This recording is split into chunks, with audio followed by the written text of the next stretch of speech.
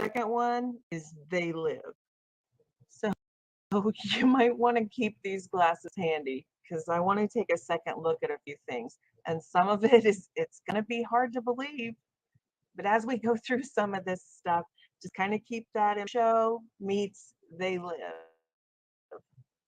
And hopefully, once we look at it this way, you'll be able to make a whole bunch of connections that I'm not even going to mention in the video.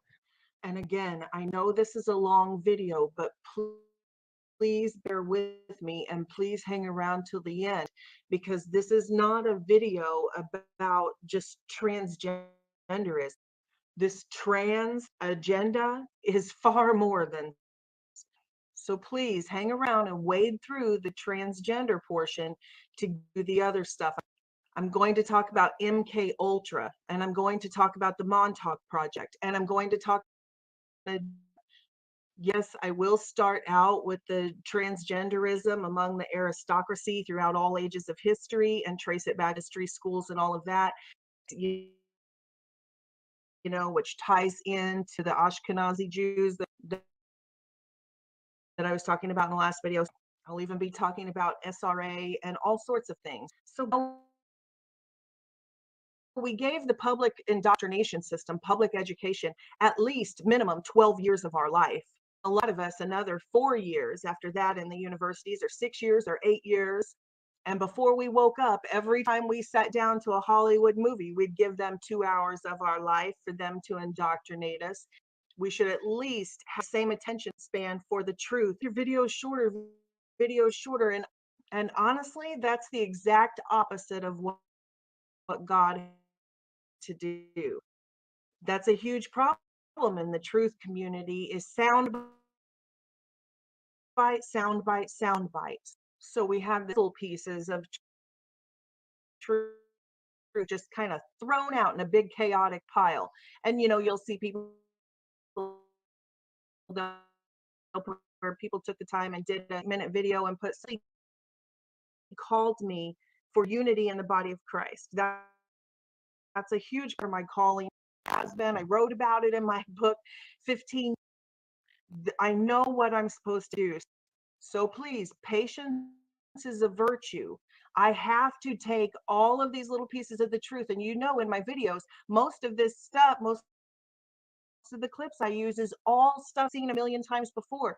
But it's when you bring it together and start putting those pieces together so we can big picture. The big picture. And to do that, it takes a little bit of time. I'm not just going to throw one little sound bite out there for sensationalism. I want to take the time to put the puzzle together. Please walk with me through this. If you have to do, we TiVoed shows for the world. You can do that here.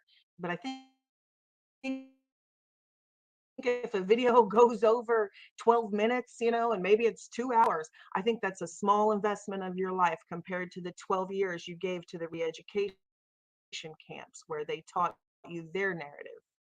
Okay, but I want to start by jumping back to Shakespeare. This is the precursor to Hollywood.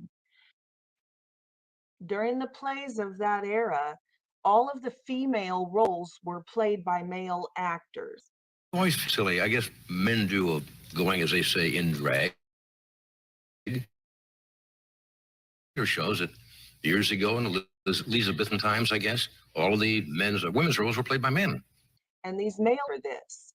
Now, obviously, these are modern pictures, but I'm going to get to some actual old pictures here pretty soon. But this troupe or this circle of actors / actresses that traveled around doing these plays, they were trained for this and specialized in this. Their voices were trained, all of it, to pretend to be women. And I know we've all been taught that it was just because of misogyny, right? It's just because everything was patriarchal and all of this type of thing. But that's not the case. It's because this is how that ruling class, the aristocracy, this is how they lived. From ancient times, this is how they lived. And this is common knowledge. This isn't conspiracy theory at all. This is from their own books. And you can see right here in the table of contents, androgyny as the guiding principle of the new age. This is what they're doing. They themselves in their own right, their ancient pagan gods and the androgyny. I mean, I don't have to show a picture of the Baphomet again. We all know about the androgyny of the Baphomet. Not only is it a trans species, that it's a goat-headed pan type Nephilim creature, but that it has the female breasts and the male phallus. But then, all of these other pagan gods from ancient history where they believe, this is what they believe, that you're somehow ascended, you're somehow better than, and race, all of this bisexuality and transgender and all of that. This is all part of their occult religion. It's not a coincidence that all of these celebrities are coming out and coining this phrase pansexual, like Miley Cyrus. Oh, a new frontier, right? As they're indoctrinating their followers, all going all the way back to Disney, the people that they have gathered to follow them, and then they lead them into the new frontier, pansexual. Because pan is just another name for the Baphomet. Pan is another name for Hasatan, a satyr, Satan. So they're to be pansexuals, like Pan. And they're not just using celebrities that we've all known and raised up an entire crop of models now for fashion and the new trendy thing. They create the trends. We're the followers, they're the puppeteers. They create the trends, and that trend they are pushing now, which unfortunately has caught up a lot of our naive young people, is the androgyny from their cult practices. So you see there's tons of new models like this. It's endless. And here's Ruby Rose. They make no secret of it. For ultimate in androgyny, indwelled with the spirit, inspiration, inspired to do something, means you're anointed to do something. And you can see the Ouroboros around his neck. I know, again, they say she was born a female, but I think that's up for debate. But the fact remains that they are raising these people up by the multitudes in every profession, and they're placing them in key roles in the most popular TV series, like they just placed her in Orange to get more exposure. Then all of the fashion trends in the music industry, they're placing them everywhere. This is sex cult propaganda, open sex cult propaganda. I mean, they say it openly. She schools us fluidity. She's the teacher. This is a figurehead for the cult. She is sent to teach us. He is sent to teach us pansexuality. And who is the god Pan? The goat-headed god Pan? It's the Baphomet. Pansexuality. And break free. That's one of the propaganda pieces to teach people to transition. And if you think it doesn't work, let's look at some of the comments on this video. Ruby helped me come out as pansexual and gender fluid. Her positivity is such an amazing vibe that I cherish. And same, bisexual, same me. So here's the evidence. Propaganda works. They know how to indoctrinate people into a cult. They know how to use MK Ultra on the masses. Right there, pansexual. And they've been leading humans down this path since ancient times. That's where we get the term hermaphrodite. It comes from angels, pagan gods, Hermes and Aphrodite together created an offspring called hermaphroditus. Aphrodite. According to the ancient records, they began genetically in this thousands and thousands of years ago. And another evidence that these records are not mythology, because we stat in a small remnant percentage of humans. It's in the human gene pool. It's very rare, but there are still occasionally hermaphrodites born, which is what I've shown zillions of examples of in my videos.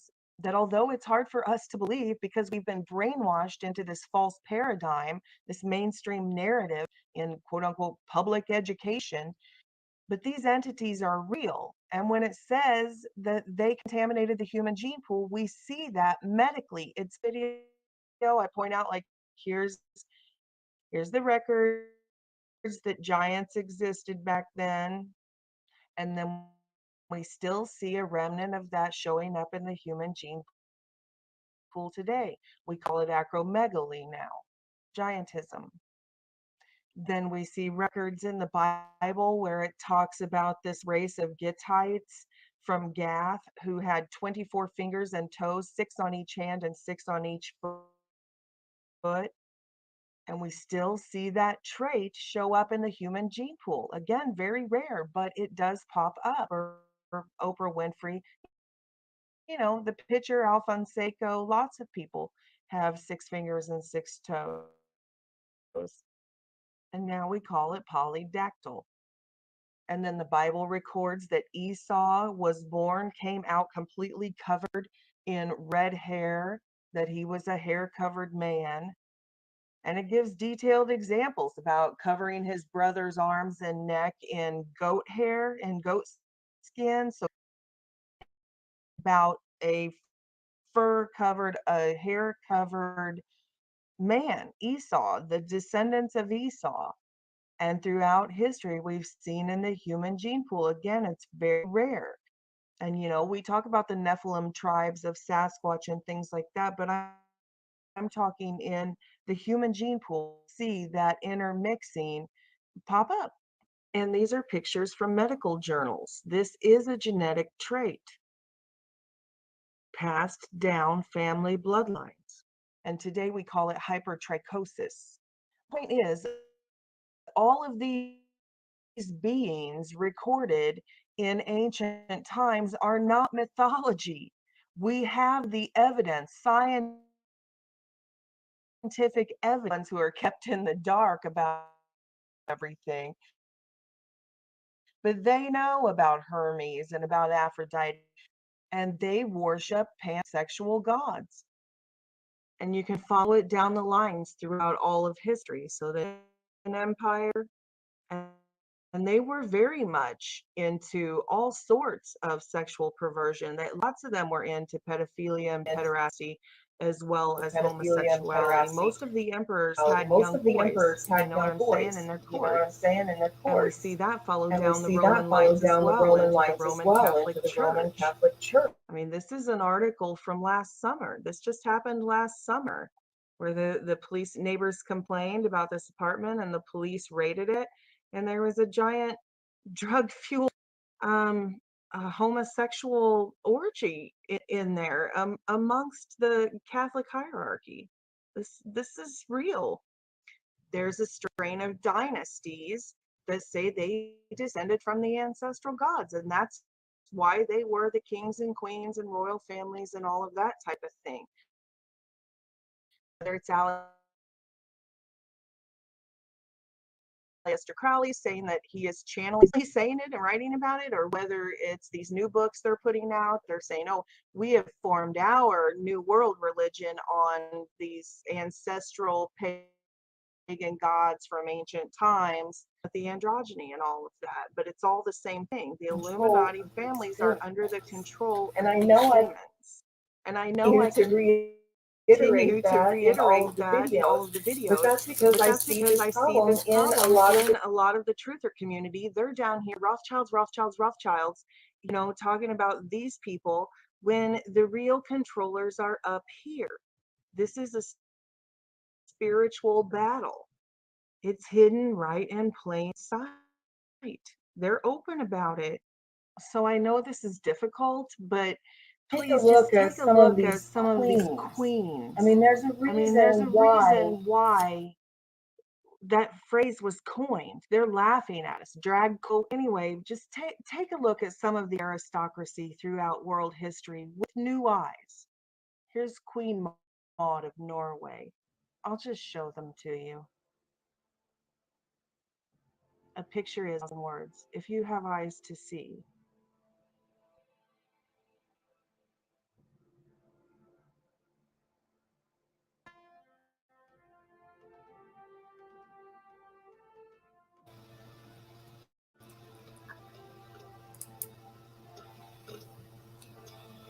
They sick. And this is Princess Stephanie of My Princess Stephanie.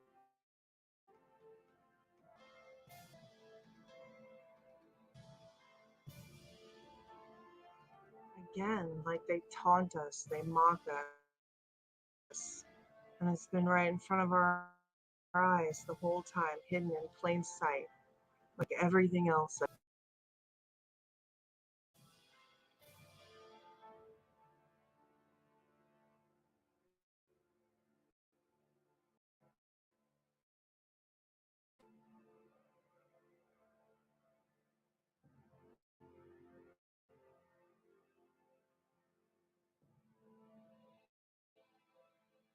Us. And it's been right in front of our eyes the whole time, hidden in plain sight, like every I've discussed on my website, hidden in plain sight.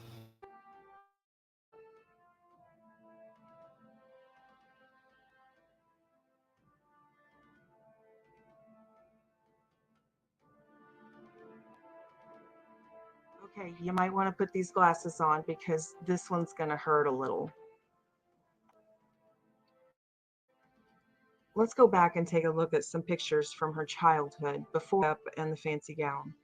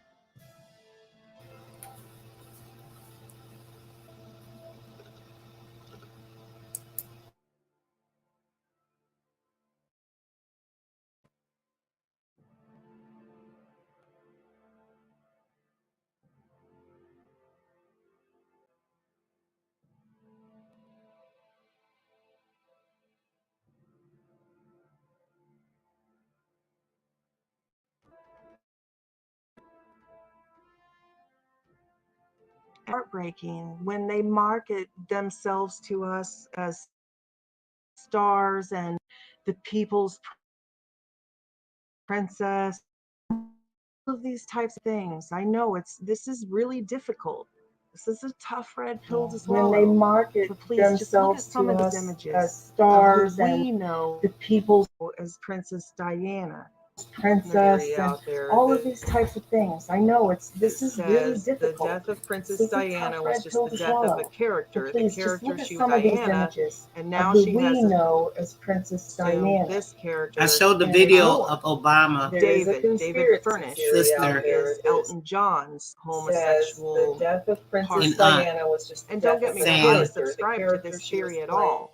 But I do want to present this topic because there's a reason why people are saying these things. People are starting to wake up their surroundings. And they're like, wait a second. And they're noticing these things. And they're trying, maybe their theory isn't correct, but there is a kernel of truth in all of these theories. There is a reason why people are saying, hey, something weird's going on. Most of the theories out there are saying that these are the same people because when they pictures, they match up perfectly. Their smile, the lazy eye on one side, everything matches up perfectly.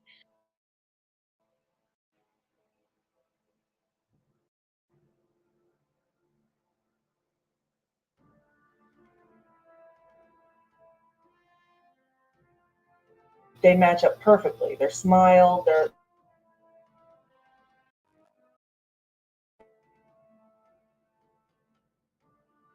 But another possibility to consider is that we do see these type of breakdowns with these people who have been generationally transitioned as young children. At some point they have a breakdown. We see it all of the time, and they want to go back. They want to transition back to their actual sex. So you'll see something like Britney Spears shaving all of her hair off, and they got to secret her away into some sort of institution and handle it. You'll see, Diana turning back into David. You'll see most probably what was a boy. Ladies and gentlemen,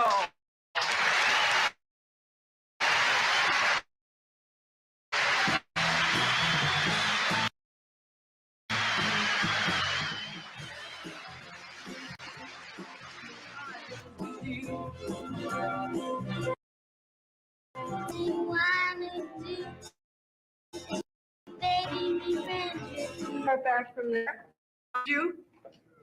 And you can come out and Girls are quicker at ABC. our girls are hipper at 1, 2, 3s. Girls are smarter than your computer, much more accurate, Much more cuter. girl.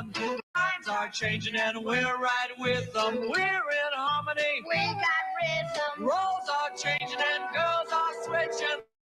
Leave the diapers. Leave the kitchen. When all's said and when all is done, we're brighter than anyone. You got false eyelashes. False eyelashes. Shall we go on with this? Everything else is real.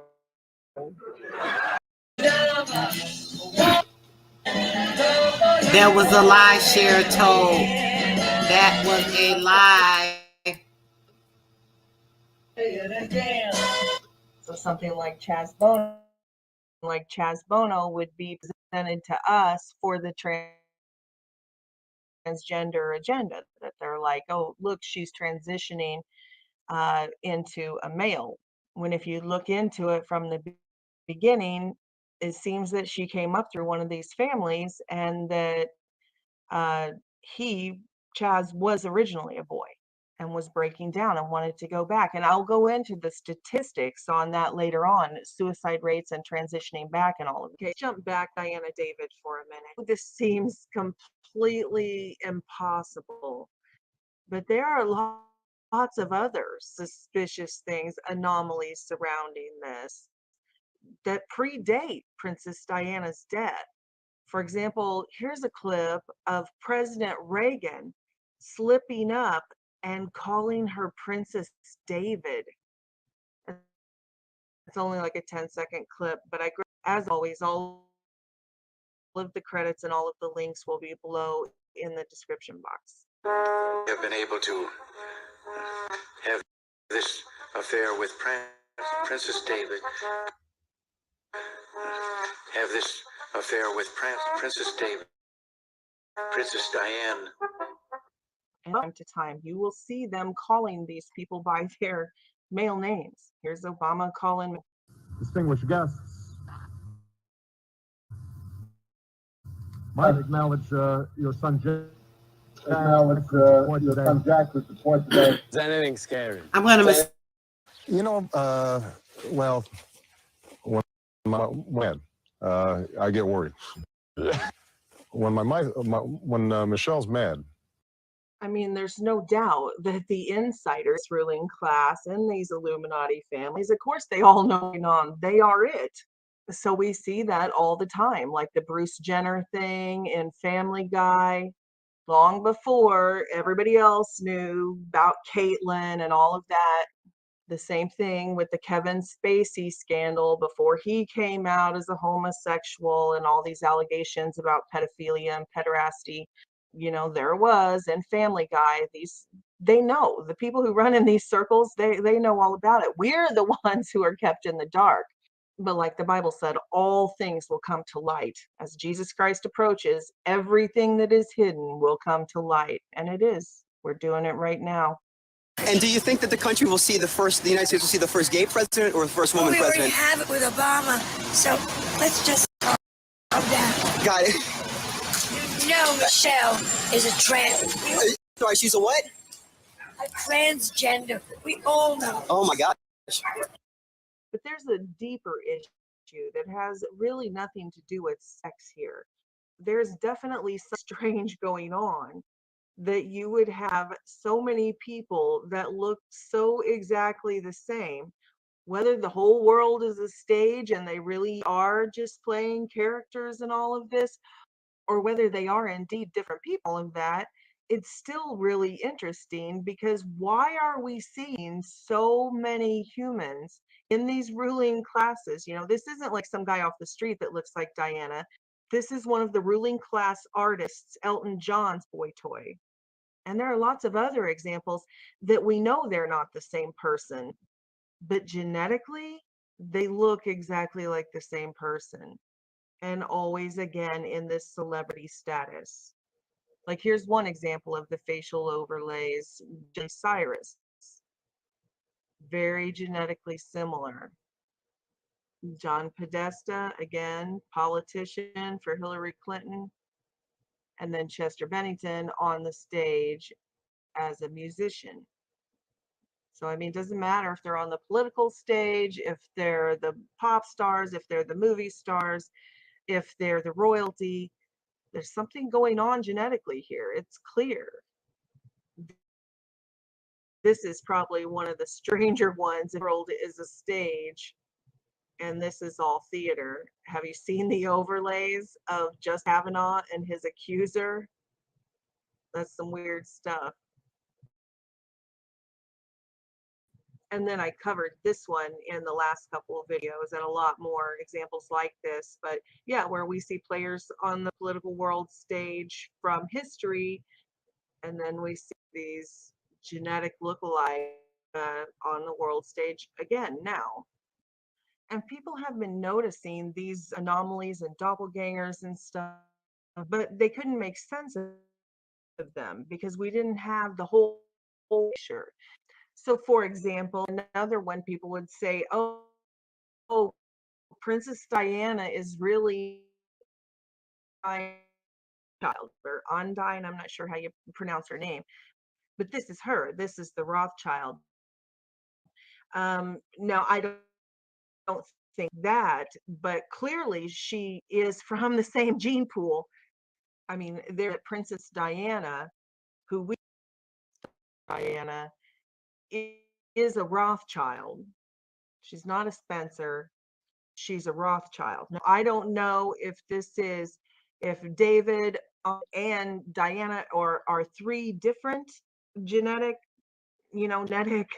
offspring, however they do that in vitro, test tube babies, I don't know. But clearly, Diana is a Rothschild. And I'm no transvestigator. I don't have time for that really. But in my opinion, I think Undine Rothschild is also trans. This is a man. She looks a lot like Diana there, that hairstyle. But if you look through the high society, the masculine features come out because the cartilage continues to grow. And plus they have to lay off of the hormone shots and stuff the older they get because of the hormone damage. So when they're young and their skin is supple and everything, it's really hard to tell the difference. But if you watch them age, it completely comes out. And that's why we see all these atrocities of plastic surgery disasters amongst the elite, and especially the Hollywood actresses as they grow old, because they have to, once they take those hormones without it killing their organs, then they have to do all of these surgeries to compensate, and it's just a disaster. And they still end up where they can't hide it. The Princess of Sweden is a perfect example of that, because when she was a young man, she could pull it off, sort of. But as she aged, I mean, look at this. Come on, you guys. Whoa, they didn't age well. But this is why. Now, I know lots of people, like they commented on my other videos when I've talked about this amongst the celebrities. They'll say, oh, it's just a doppelganger. Well, I don't doubt that, but keep in where doppelganger came from. The word doppelganger is a German word that means evil twin or twin stranger. And it comes from stories dating back, to the 1700s, 1800s, where these upper class people seeing their evil twins. When we bust seeing their evil twins, that Joseph and it's no coincidence of the German that we discovered Nazi regime when we busted up the axis of evil. All of this experimentation on twinning, obsessed with twinning. The notorious Nazi doctor Joseph Mengele, who had conducted twin quote unquote studies in Germany and experiments with twins in Auschwitz, is known to have fled to South America. That's what we talked about the last couple, as the Allies were closing in on the Nazi German regime. An Argentine historian suggested that Mengele conducted experiments on women in that area also. So this continued.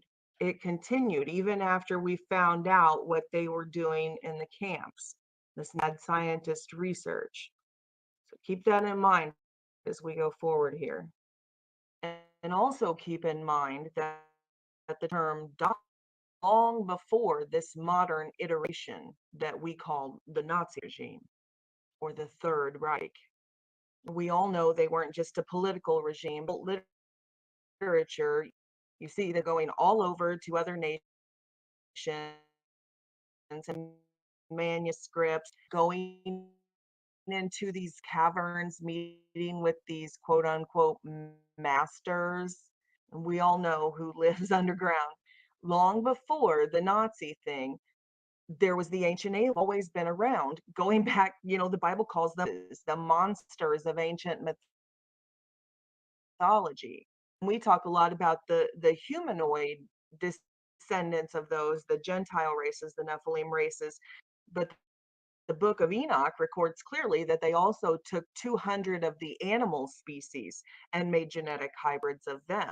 Stuff that we see in all of the ancient record, the archaeological record, that again is hidden in plain sight. It's right in front of our eyes, but they're like, oh, just don't pay attention to that. It's not real.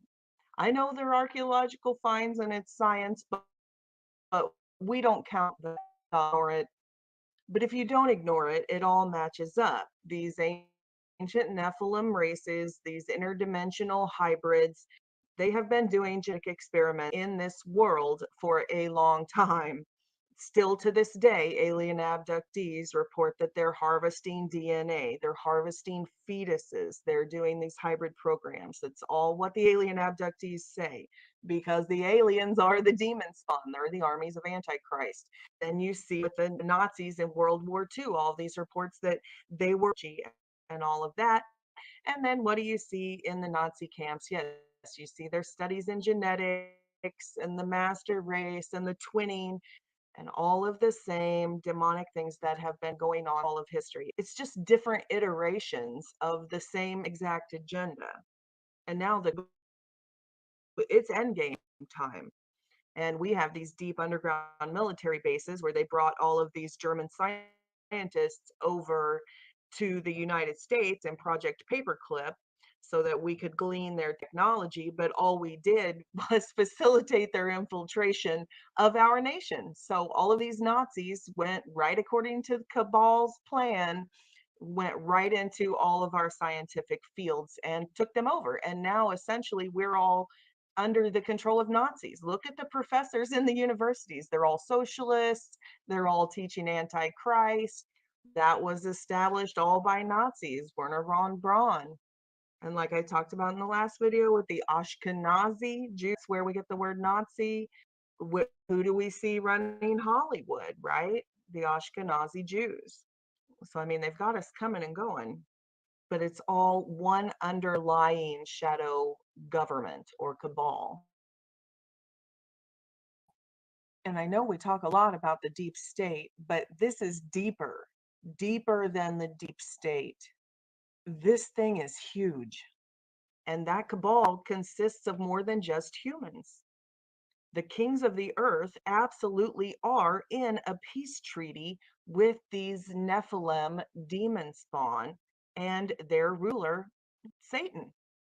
And they are the armies of Antichrist. So if you're still way down on the pyramid thinking the peace treaty is like a couple of politicians and like George Bush or somebody's going to step up and go, hey, by the way, I'm God, and that's going to deceive everyone, you're looking in the wrong place. You need to look up, because that peace treaty of the earth and the Antichrist, that's this. That's this Nazi UFO connection. That's the kings and queens of the kings of the earth aren't these politician figureheads that they're showing That's the the news. kings of No. the earth. No. The kings of the earth The aren't kings these of the earth are the politician literal figureheads kings and that they're queens showing us on of the these news. Illuminati. And No, again, no, no, I don't no. necessarily mean the The kings and kings queens. of talking the about earth it. are the literal Say kings it. and queens of Those these are the tip Illuminati of the bloodlines. iceberg. And again, I don't The necessarily mean kings and queens I'm the talking They're the about, fake you kings will and never queens. see on a are the news tip of the broadcast. iceberg. You have probably never heard their names. You can rest assured, if you see it on television or in the news media or magazine, part of the theater that they show us, the real string pullers, the people who really consider themselves the rulers of humanity, they're way in the shadows. They are the ones who are already in a peace treaty. We're not waiting for anything. You're watching a magic show. You're watching theater on news. That's an illusion that they are putting on to distract you. The peace treaty has already happened. They are already, these men in black, this shadow government, they are already in a treaty with these alien demon spawn races in the deep underground military bases, the DUMBs. It's already happened. They're in the peace treaty. The human counterparts, they think they're really somebody. Gosh, look at them. They've got all this power. They've been given all this power and wealth, but they've been duped too, because demons hate humans. They want to destroy humans and trap their souls in hell. So that's what treaty to be broken.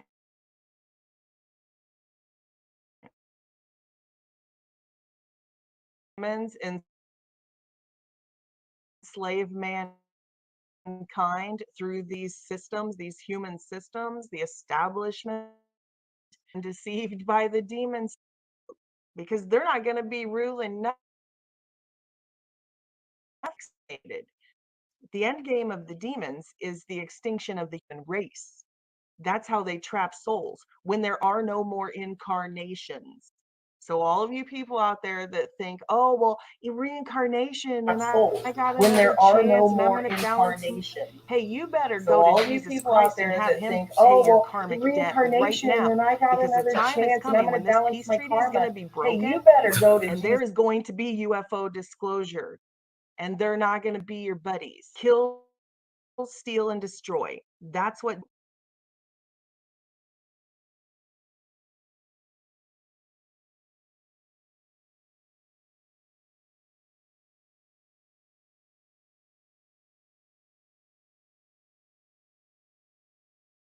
And when that day comes, you better be ready for Jesus to take you out of this dimension, out of this world, because God is holy and he has granted free will to all. Satan will get the desires of his heart. He will get a world and a kingdom. Served him, who willingly want to stay in that world. Those souls who have willingly him, who willingly want to stay in that their own.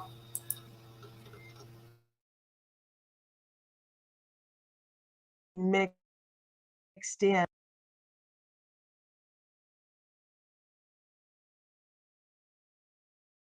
And they didn't want to be lumped in with the effeminate male, genuine homosexuality sort of research.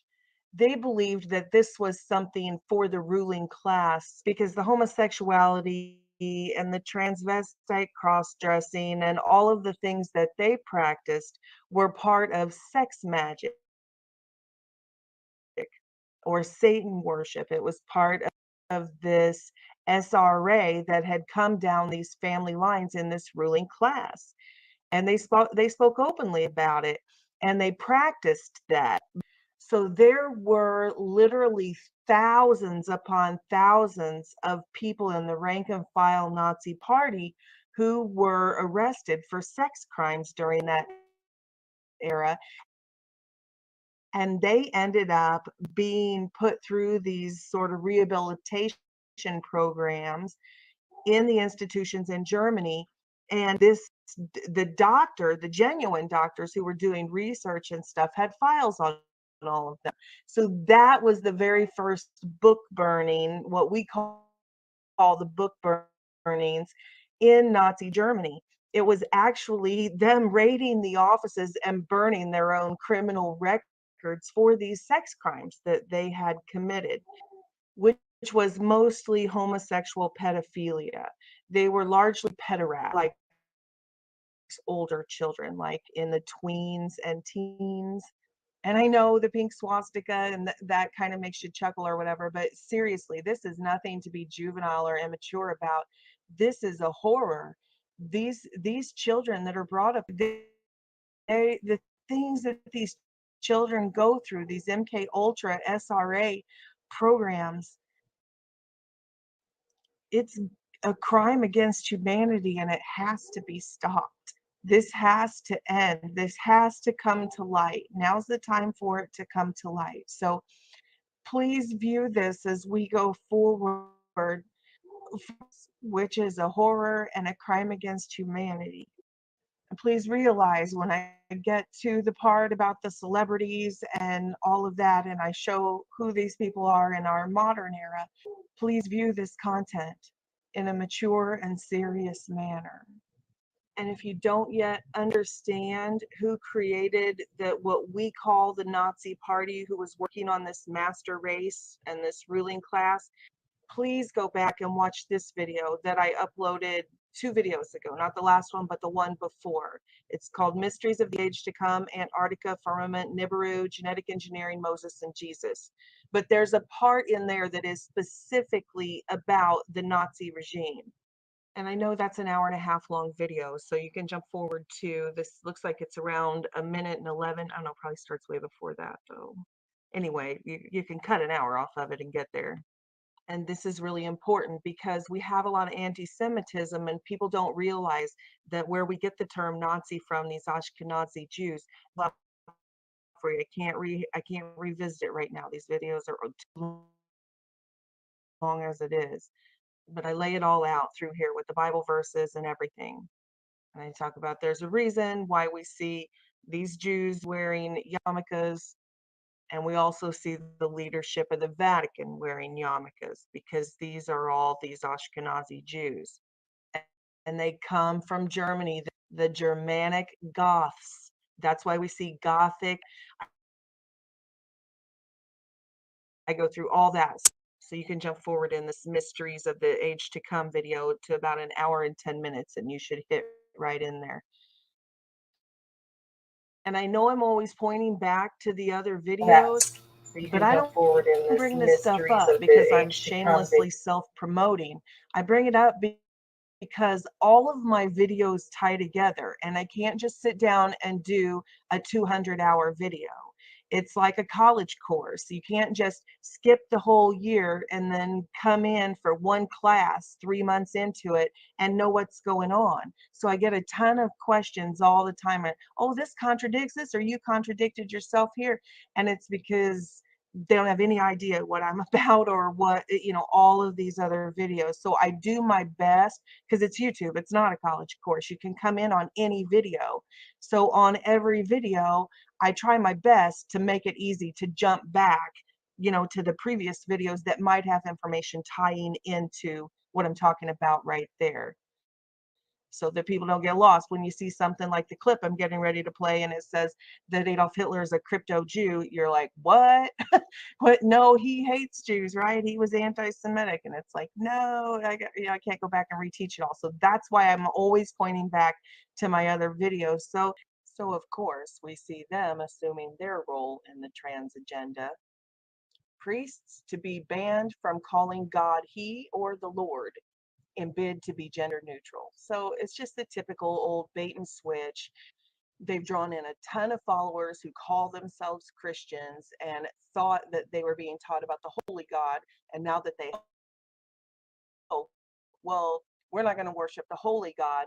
We're going to lead you into worshiping this androgynous, and this isn't just happening in the Catholic Church. They've infiltrated organized religion across the board, as well as public education, which we know is indoctrination by definition, because they don't present both. They ban the Holy Bible and its teachings of what holiness and morality and a civilized society is, and then they make it mandatory to preach their pagan beliefs, which is what we're talking about right here. Church of England tells schools to let children explore gender identity. And here in America, we don't listen to the Church of England per se, but all of you know they have done the same thing in our schools.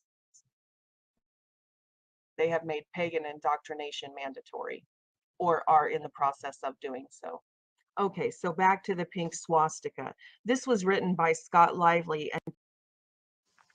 And of course, in opposition to that group, they didn't have a lot of regard for Magnus Hirschfeld's thinking in these areas. Was the Adolf Brand group that Comrade was characteristic of more of a ruling class, or of Ubermenschen class, and that was the brown shirt. That became the brown shirt organization, which was controlled by Ernst Röhm after his return from Bolivia in the late 20s, at Hitler's request to take charge of the SA and to make it into a more unified fighting force, or a street level sort of fighting force. In 1933, the first book its purpose was to destroy one of the underlyings, to destroy Magnus Hirschfeld's library. He is documented by one of the gynecologists that worked with him at the time as having held some 40,000 files documenting sexual crimes amongst the Nazi rank and file, which, in the German courts, people who were tried for these types of crimes under Section 175 were sent to Magnus Hirschfeld's Institute for assessment and so forth. And Kevin, let me ask you a question. The fact that Nazis were homosexuals translate into World War II? Well, they were primarily the dominant factor in bringing the Nazi Party to power. Ernst Röhm, any rank above the rank of any person above the rank of sergeant in Ernst Röhm's brown shirt organization had to be of that persuasion, and that Ernst Röhm's brown shirts came out of the Rossbach organization, which was dominant Rossbach, which was one of the Freibruder movements or Freikorps movements that came out of World War I. Okay, did you catch that? He said that anybody above the rank of sergeant had to be of that persuasion. That's how they came to power. Well, they were primarily the dominant factor in the Nazi power. Any rank above the rank of any person above the rank of organization had to be of that persuasion. So it's no coincidence that we see the same thing in our military industrial complex, in the corporations, at the tops, the CEOs of these corporations. I'm going to show you more than just this picture, and you judge for yourself. But it's not just Hollywood actors. And that's a theory. A lot of the people who do the transvestigations, they have settled it in their mind that there are no A-list actors that are not of the theater levels, Broadway and stuff. They say it's run by the gay mafia. that you have to come around to their way of thinking. And we see that a lot with people who rise up in the industry and weren't transitioned as children. Then later, after they get famous, all of a sudden it's like some sort of rite of initiation or something. Like here's the Wachowski brothers, and now they're the Wachowski sisters. They were men. They're the ones who did the Matrix trilogy, the Matrix, and they were men that, but then after they got famous, look, changed their name to Lana and Lily instead of, here's Gary. This is him with the yarn hair. And it was just sort of out of nowhere. I mean, this brother, he didn't, it's not like they came out together and they're like, hey, we always secretly wanted to be sisters instead of brothers. No, one did it as if part of an initiation, and then the other one followed, quite a while later.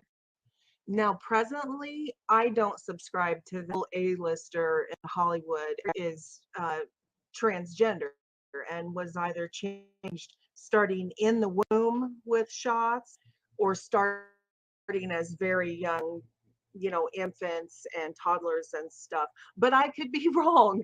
At this point, nothing would shock me, honestly. But, presently, I don't believe that every A-lister is, but I think it's completely provable and absolutely 100% true that the A-list ranks are full of these people from these families who were born and raised just for this. Back in Germany, they didn't have any movies that weren't propaganda. It wasn't like, oh, well, these are just regular movies. And then, but slip in a propaganda, a pro-war, pro-Germany type propaganda piece. No, they had a propaganda minister in their military, Goebbels, and that's what he handled all of it. So, I mean, it wouldn't shock me if it was 100%, but right now, I don't believe it's everybody. But it's still definitely worth going to the people who are spearheading this type of research, whether you agree with everything they say or not. But there is a ton of truth in their research. I think Mr. E, they took down his channel, so now he's Transpocalypse Now. Transpocalypse Now, or you can type in like Transvestigation, and there's a whole group of followers that have branched off from his lead. And I don't know if there was somebody before him. I'll just type in Transvestigation or Transpocalypse Now or Mr. E, and any of these types of topics, and you should be able to find a wealth of knowledge. But anyway, back to what I was talking about, how the structure of the Nazi regime was, the brown shirts, that you had to be of the persuasion to reach the level of sergeant or above. That's a fact. It's like the Freemasons. To get to the 33rd degree, there are secrets, that have to be kept, and the people at that level all know it. So there are levels. And we've heard all sorts of rumors about Google and all the heads of these different major multi-billion-dollar corporations. But here's just a few that I think are obvious. You be the judge.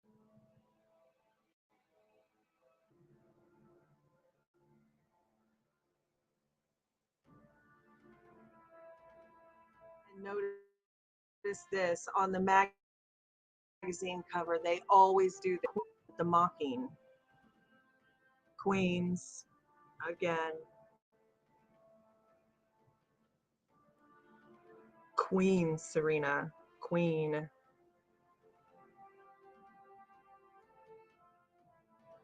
On the cover of GQ, a man's magazine, as Man of the Year, before the massive breast implants and other cosmetic surgery.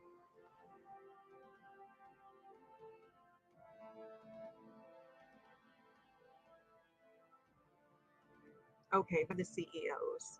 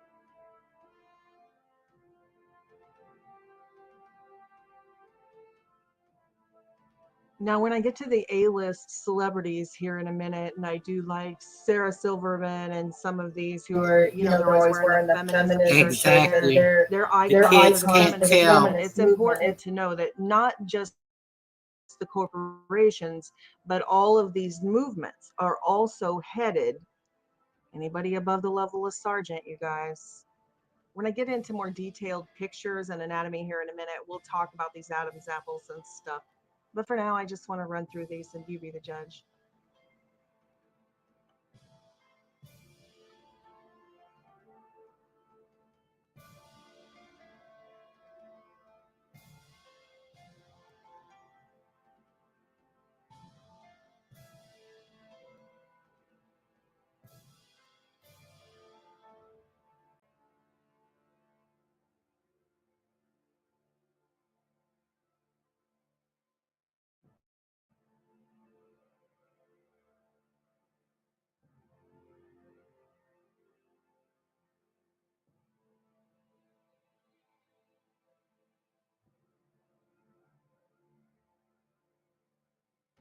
Okay, let's jump into Hollywood for a little bit.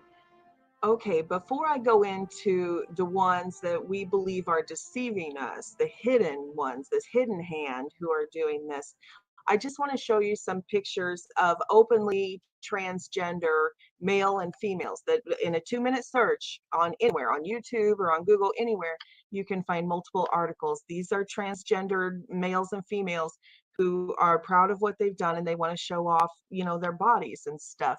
So this is not a conspiracy. These are actual transgender males and females. And I want to show this because I think a lot of people are still expecting this.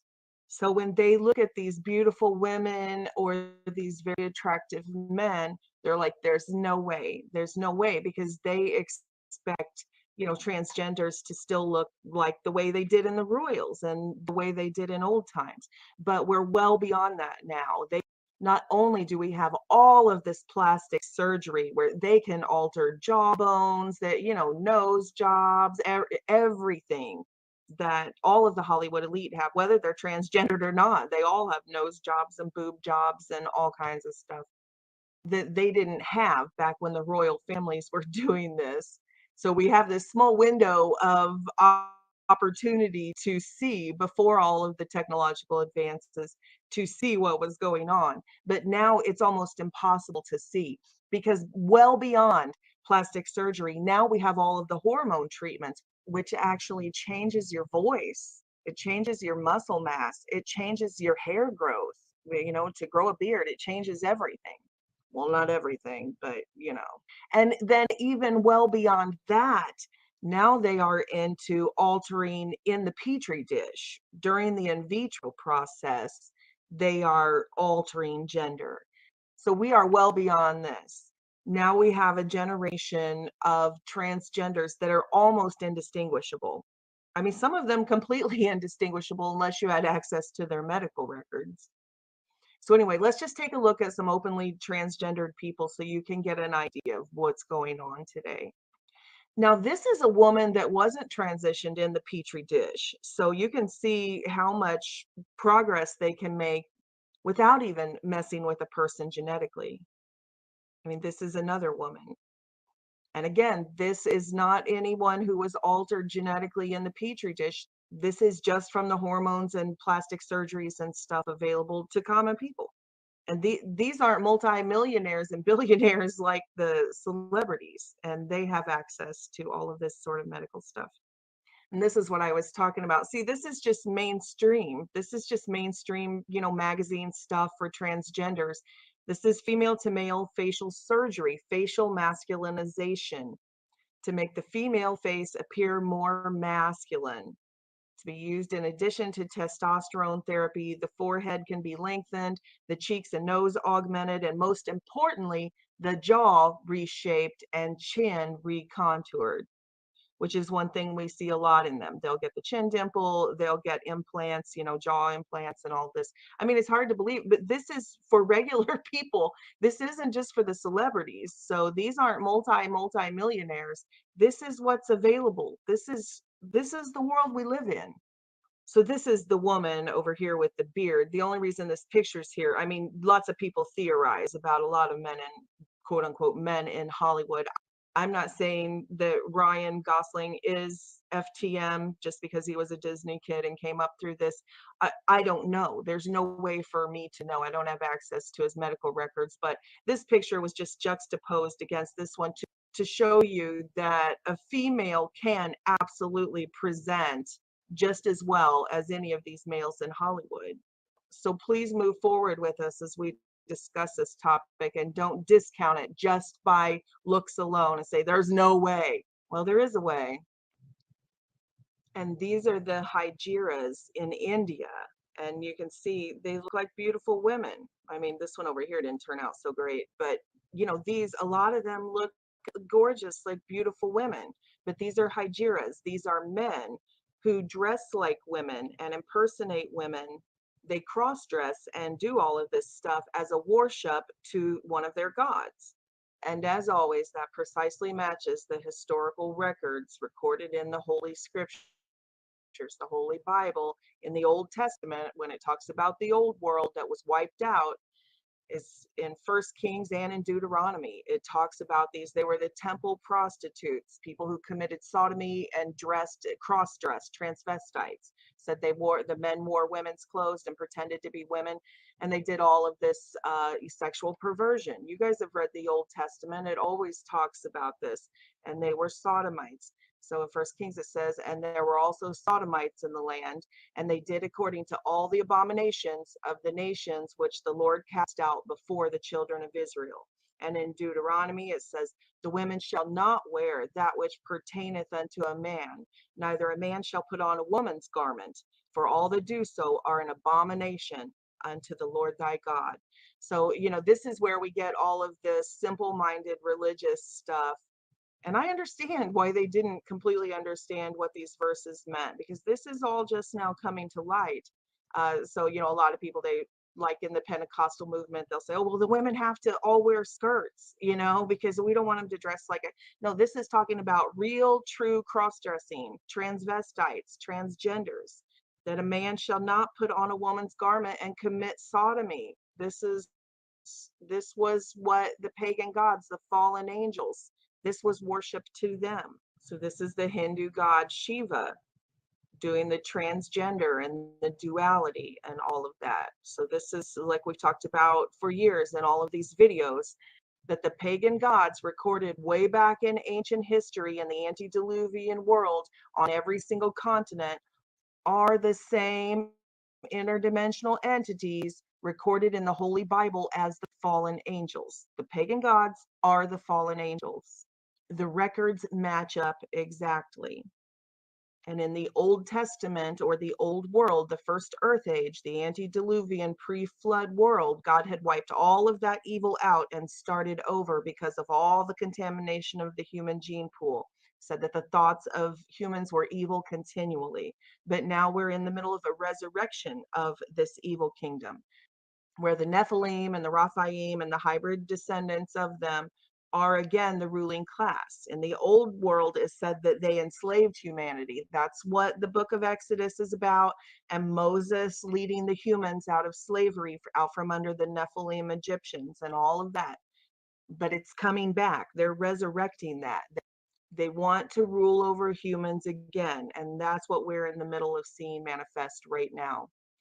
And that's what all of my videos are about. Just because they're not about transgender doesn't mean that they're not about this transition, this transformation.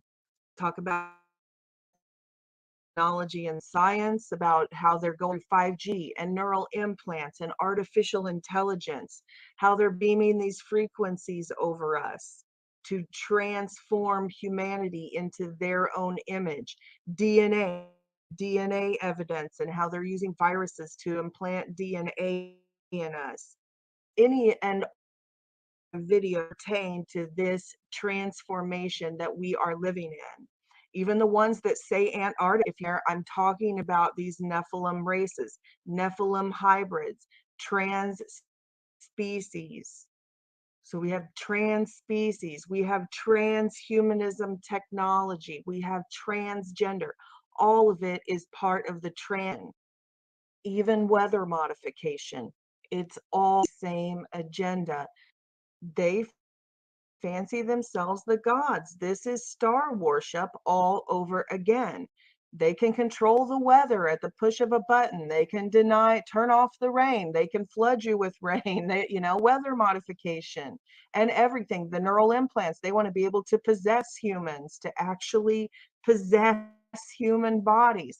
That's the neural implants, to be able to be linked in biologically into our neural circuits, into the circuits of our brain and our nervous system. And they have the worship of the masses. Look at any rock concert. You won't go into a church and see tens of thousands of people with their hands in the air worshiping, but you sure will see that at these concerts, people worshiping these people. And movie stars are like gods and goddesses. When one fades, another promptly takes its place, because the human race requires that the pantheons be filled. Worship, literal worship of the stars, worship of the elite celebrities. And there's conversation with them, tell them that they're worshiping these entities. They wouldn't get it at all. They think you're crazy. They even worship them with their money. They give them all of their money. Why do you think Beyonce has like a $3 million countertop in her kitchen? Because of the slave race. All of these people, either they or their parents, went and slaved away and worked inside the corporate entity to get their chits so that they could bring them and lay them at the feet of the stars in worship. It's their offering. Here's our offering. We went and slaved away in the military industrial complex to get our chits, and we're going to come at your feet in an act of worship. Here, you take them. A lot of them don't even have gas money to get back to work, but they'll take their pay and they'll lay them at the feet of a celebrity who has a $3 million countertop in her kitchen, just so that they're granted the right to enter the arena and worship at her feet. It's ludicrous. It's absolutely, it's sad. It's so sad. I don't know how to reason with them. We're out here day and night trying to reason with them and wake them up. But presently, yeah, they're laying their offerings at the feet of the celebrities and they're worshiping them openly. And if you tell them that, they'll tell you you're crazy. Okay, but back to the spirits inside of these idols that they've created for us. And keep in mind that these are corporate entities. So one spirit will be animating or controlling multiple people, thousands of people. Just like we are the body of Christ and we are made up of millions or maybe even billions. I think statistics say 2.8 billion people claim to be Christian. And of course, we know that a lot of people who practice a religion and call themselves Christians aren't actually part of the body of Christ, who are literally animated and controlled by Jesus Christ, the Holy Spirit. Stands that these entities are multi-membered beings. This androgyne entity called Shiva, the goddess Shiva, is the one that the people in India worship with their transgenderism and trans culture, which is so odd because Shiva is known as the god of destruction, always depicted covered in snakes or snakes wrapped around her or whatever, god of destruction. And yet for some reason, they still worship this entity and form themselves into the image of the goddess of destruction. So we don't call them Hygeras in the United States, but it's essentially, yeah, transgender. They say they are not that they don't take part in non-binary, which is what they're preaching to us here in the United States now. So anyway, Hygeras, they say that sexual energy is same way with the worship that the Bible described pagan temples for the fallen angels, that they worshiped them with perversions, that they opened themselves up to demonic possession and let these entities use their bodies to defile themselves. And that's exactly what the modern day Hygeras say. They say the sexual energy is transformed into sacred powers. So they believe this. It's a type of sex magic. Read their books. They're just fucking occult stuff. It's all in there for us to see. We're just in denial because this is a hard thing. Now, I know this is a big red pill to swallow, and I'm sorry to have to give this to you. It's unbelievable, but it's true. I mean, all of them are not natural women. These are all men. These are pictures from Miss Tiffany's Universe. It's a Thailand beauty pageant for men who have turned themselves into women. Actually, when you see that group from Thailand, it makes our drama queens look masculine. And this is nothing new in Thailand. I remember hearing about this decades ago when I was in the Marine Corps and I was stationed in Japan. And a lot of the guys would take hops over to Thailand if they had like weekend leave and it wasn't long enough to go all the way back to the United States. So they would go to Thailand. And I remember the guys coming back all the time telling these stories. Oh my gosh, she was so beautiful. I thought she was a woman. You know, we were on the beach and this, and her junk fell out of her shorts, out of, you know, down the side of her shorts. I could not believe it. She totally looked like a beautiful woman and all this, that they had these transvestite prostitutes that would always solicit the men, and they were scared to death because they never knew if they were going to be making out with a dude or not. And here they are. This is the Thailand beauty pageant of men. These are all men. So please, I'm only showing this stuff because I want you to understand that I know it's hard to believe that these celebrities and these people that we see and they've presented to us as the beautiful ones, that they could be men. So I just wanted to show you some examples of, you know, these trans, and you can't tell a lot of the time. It's just a fact. And I know one of the most common reasons that people experience cognitive dissonance when we're trying to discuss these topics and the world we live in is because they've presented so many of them as pregnant to us. So they say, but they were pregnant. It's impossible. Men can't get pregnant. So I'm not going to go into conspiracy theory here at all.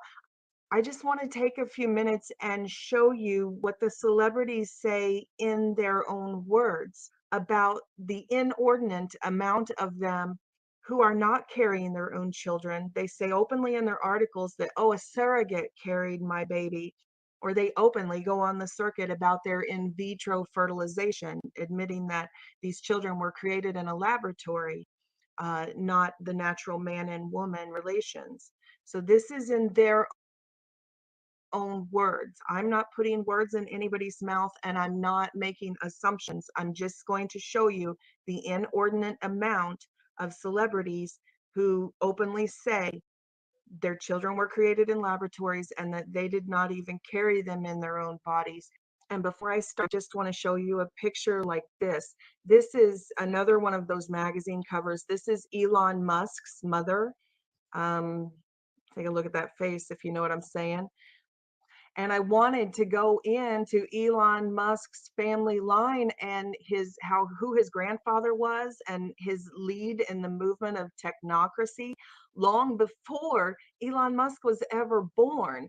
His grandparents were part of this, what they believe technocracy, that the world would be ruled by the leaders in technology. And I wanted to get into all of that, but I'm just not going to have time in this video. That'll be for another day.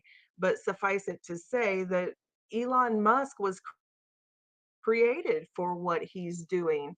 But my point for right here is she's 63 here. This is obviously not her pregnant belly, although this is a very real cover of a magazine they put out. In the article, it goes on to say, Mrs. Musk went on to reveal to Inside Edition, I'm 63. I'm not going to be pregnant. She admitted to posing nude, but said that the final image was altered. They did have a model who was 9 months pregnant and used her belly and put it on me, she added. So she admitted that that was a photoshopped image. And then, of course, the moon bump is old news that everybody knows. It's companies. There are companies. They produce these. The very fact that there's a market for these is, you know, that it would be worth it, just supply and demand economically, to create a company that produces devices that help women fake pregnancy, that there would be such a demand for that they could make money by having a manufacturing plant and a sales department and all. It's just, I mean, that should tell you something. They sell them in packs so that you can fake your pregnancy throughout the whole thing.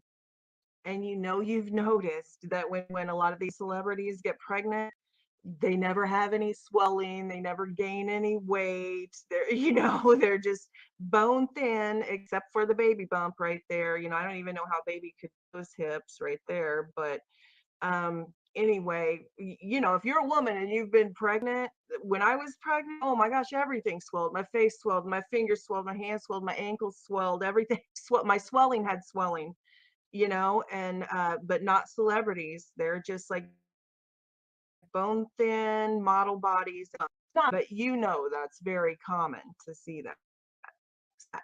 Now let's get on to the list of the stars that I wanted to show you, who openly admit that they didn't carry their own children. They had another human carry their children in their bodies for them, which are called gestational surrogates.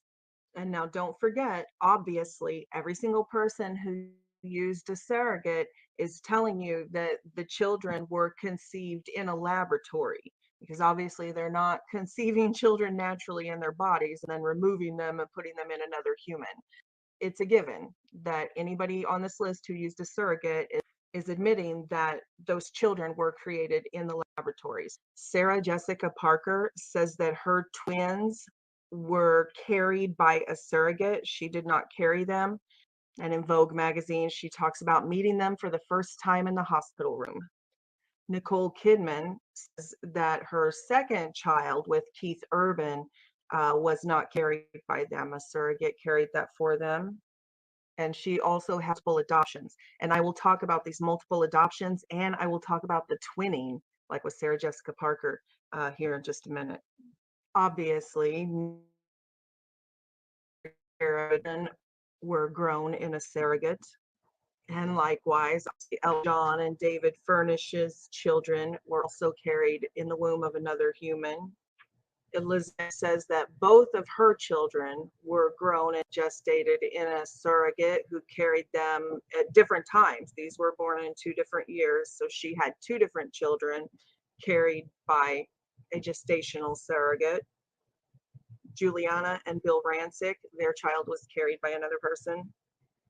Both of Jimmy Fallon's children were not carried by his wife, but were carried by surrogates, again, in different years, not at the same time. So 2 children, both carried by surrogates. Jimmy Fallon.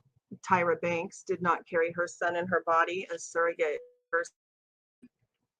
Dennis Quaid's twins were carried by a surrogate.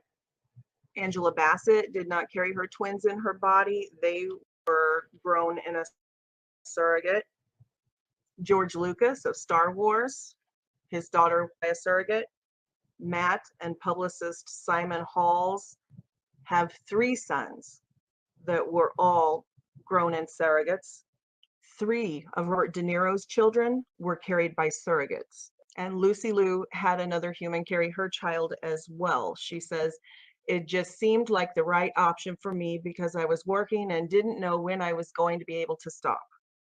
And this is the lead singer for the Red Hot Chili Peppers. So her mom was supposedly carrying his child. Let's just take a look at some more pictures of them.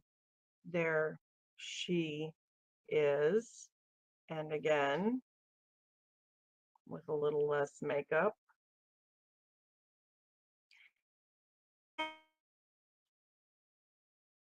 That is Heather Christie. Just saying. And after she had the baby. But it must be because all of the magazine photographers made a point to get pictures of her and broadcast them to us throughout her pregnancy. Also, probably just a coincidence that the lead singer of the Red Hot Chili Peppers was raised by his actor dad, who went by the name Blackie Dammit. Probably also just a coincidence that this whole doppelganger thing. It's the big running joke, right? How the drummer for the Red Hot Chili Peppers is like the twin Chad Smith, and just doppelganger phenomenon's another big coincidence. And here's just a few of the elitists who say they did carry their babies, but those embryos were created in the lab. Chrissy Teigen, Courtney Cox, Brooke Shields, Celine Dion, which, you know, has recently become infamous for her androgynous, what does she call it, gender neutral clothing line for babies that says New World Order or New World and all that all over the clothing, and has skulls and death cult stuff all over the baby's clothing. I'm not going to grab a clip of that. Most of you have seen it, but if not, here's the videos on it. You can see it says New Order right on the clothing. It has the skulls and everything. The kids in the Illuminati eye on their hand.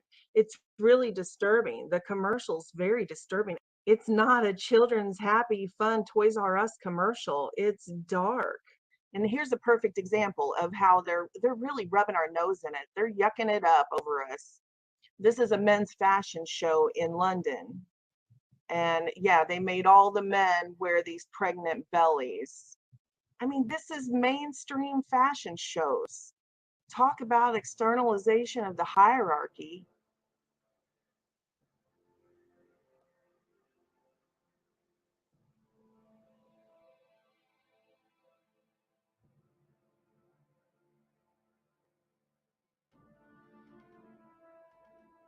This is why I say that we need to represent Jesus Christ. They think God is dead. They think they've taken the whole world over, and they have normalized all this.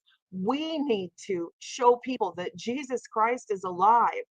Put your Jesus t-shirts on and go out in public and let people know we are here, because this is what they're showing our children. And they think this is all that there is. They think this is normal. Anyway, for all the people who think, oh, but I've seen them pregnant. Well, here's the London fashion show.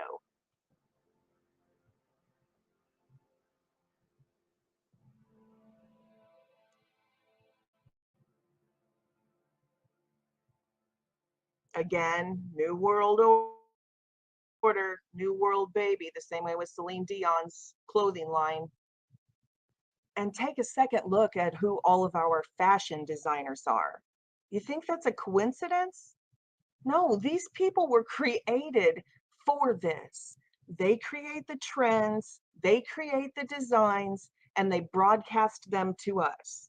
This is what we're supposed to wear. Oh, if you want to fit in, right? You want to fit in, you don't want to face rejection or be ostracized from society. So you put on what they designed for you. You dress like them, you do your hair like them, you even wear the style of socks that are in style right now. Please, please take a second look at these people with new eyes. Old Don here, Donatella Versace, this is your leader? I just can't believe that people can't see when they look at Donatella Versace. Not only can they not see, but they want to emulate this. Oh, it's Versace. I'm so cool. Really? This is what you want to emulate? This is it? You want to spend thousands and thousands of dollars to dress up in everything she produces? What she creates? We have to realize that these people are creating this stuff and broadcasting it to us so that we are transformed into their image.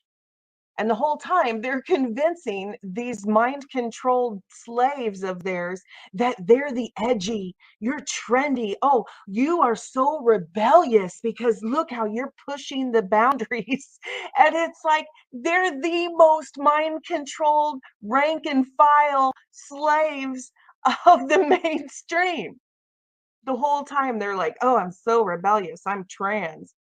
Honey, you aren't rebellious. You can't even think for yourself. You're a carbon copy of the people who designed you.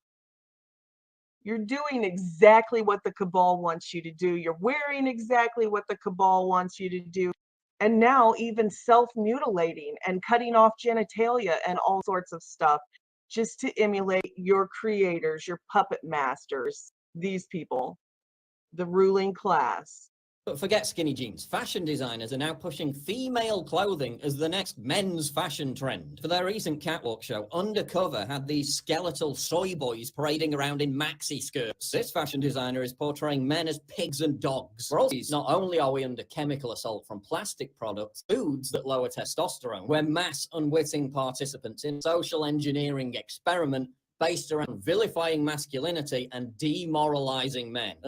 And that's the fact of the matter. This absolutely is MK Ultra gone live to the masses.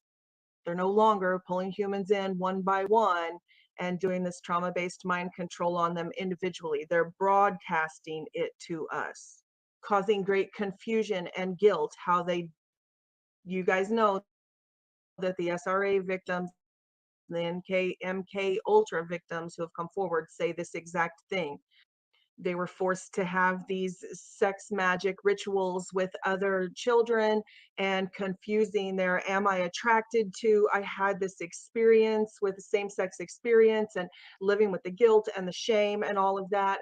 And then they throw in the abortion and all of this generation, the millennials especially, and even younger children have to carry the trauma and the guilt of abortions, which is exactly what the SRA and MK Ultra victims say, that they were forced to murder babies, things like that. So this is MK Ultra for the masses. I mean, it's the very definition of trauma-based mind control. You dip the children in a sewer of sexual perversion and violence and all of that until they disassociate from their identity. And that's precisely what we see in the trans agenda. They say, don't identify with your body, don't identify with who you are, disassociate from your identity. And that's precisely what the SRA and MK Ultra victims say, that their trauma point or even leave their body because the trauma is so intense, and then these other entities enter them. And then they have these multiples, what they call multiple personality disorder or dissociative identity disorder. But we know that that's spirit possession, that's what these evil spirits do, that the point of trauma, they take advantage of that and they try to enter your life at the point of trauma, which is precisely what we see in this trans movement. They teach them to disregard science and biology and their own bodies and their own genitalia and everything that is them, and associate themselves with this entity inside them. So now we have an entire generation almost of these MK Ultra products who are saying openly, well, I don't identify as who I actually am biologically. I identify as this, or I identify as that. And then they bring forth these types of role models to teach these people who are now traumatized and full of these other entities, these multiples, to teach them to yield their bodies to them. Yield your bodies to spirit possession. It doesn't matter if you were Bruce, if something inside you, if you have a Caitlin inside you, what you do is you yield your body to the possession. You allow that entity to possess you now, and you become it. So we see things like this. Oh, well, I was Caitlin inside, so now I'm going to self-mutilate, I'm going to castrate myself, I'm going to do all of these things, and I'm going to surrender my body to the service of this thing inside me, which I have been told I must identify as. And for some reason, and it's just so sad, the brainwashed generation of humans, they buy into it hook, line, and sinker. Absolutely. They say, okay, I will disassociate from my own identity and I'll start going around telling everybody, well, I identify as whatever. And that's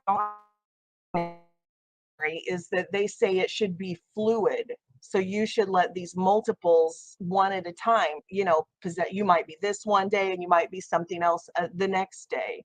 So they want you to completely open yourself up to essentially be their channel, to be a portal for multiple entities.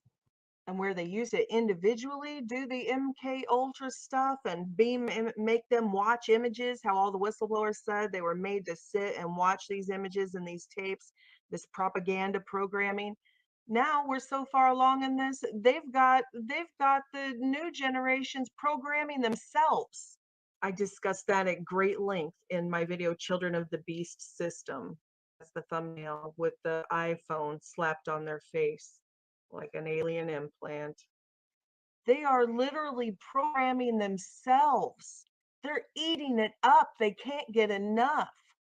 Just programming hell, destruction, perversion, nakedness, blood, hell, violence, just non-stop. They cannot take their eyes off of it. Trauma, trauma, trauma, trauma.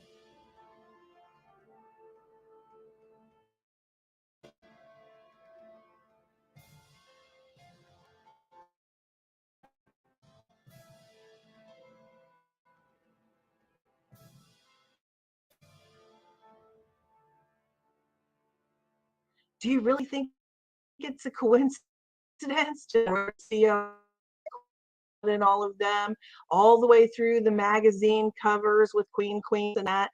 And you think it's a coincidence that Freddie Mercury's band that they put forward as propaganda to the masses, that his band was named Queen? Queen. They've been programming us. And I'm tired of being gaslighted. I mean, they openly gaslight. They tell us to our faces, you are crazy. You need to get back on your meds. I mean, it's beyond gaslighting. They just flat out hate speech against us. It's so weird because we can't say anything. Oh, that might offend them. This video, it might be, even though I'm just showing facts, it might be, oh, it's offensive to them. But what if I'm offended by them shoving all of this murder down my face, them shoving all this blood and gore and death, all the things of hell, perversion, just nonstop down our throats, broadcast over us continually? What if I'm offended? I am offended. I'm very offended. But the way they see it, we don't have any rights. They can offend us. They can gaslight us and tell us we're crazy, you mentally ill. Gaslight us to the point that they have convinced many people they are crazy and they have lost their faith, especially in the university. The Christian children who enter the university come out renouncing their faith. And I'm tired of being told we're reading too much into stuff when they say they are actually Satanists, that there are Satanists among them.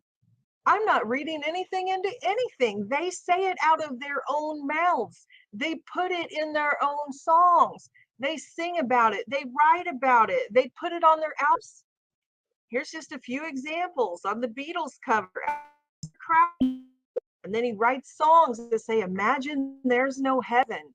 Wouldn't that be an amazing world if there was no heaven?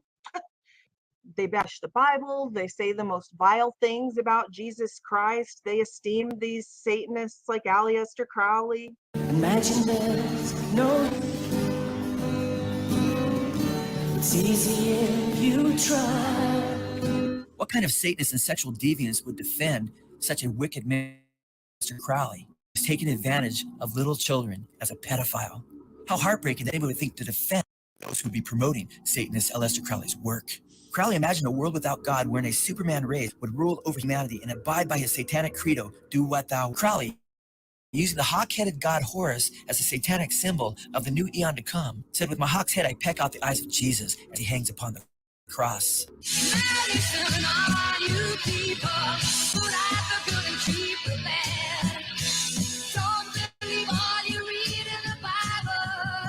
Sadly, before he died, Freddie Mercury, well aware of surrendering his soul to Beelzebub, as he put it, stated that he preferred the torments of hell to heaven. Do you think you're going to get to heaven? No, I don't want to. Look at the interesting people that you're going to meet down there.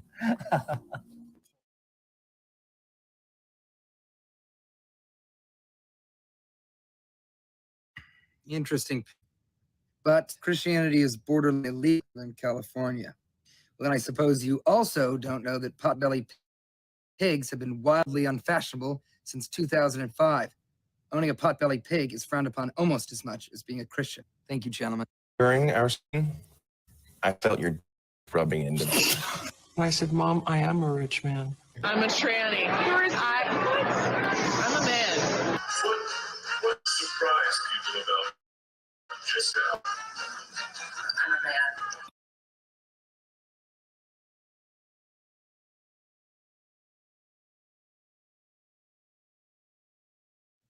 Good evening, godless sodomites. Okay, I'm sorry, tangent there, but there is just so much information and so many examples on this particular topic. But I do want to get back to the in vitro fertilization and breeding program. And as you see on the screen, Gattaca, yet another example of predictive programming. In the interest of over the next 50 years, I was going to give of all these elitists who admit that their children were created in vitro in labs. And I'm going to move forward to twinning. Remember earlier in the video when I was talking about where the term doppelganger comes from and that it's a germ and that they started showing up even pre the Nazi era, that it seemed to be something that was coming from the Nephilim races, and we know from alien abductions that they're always harvesting DNA and all of that. Okay, we know that Joseph Mengele, one of the programs that he was working on was twinning. They were intensely consumed with making doubles of people.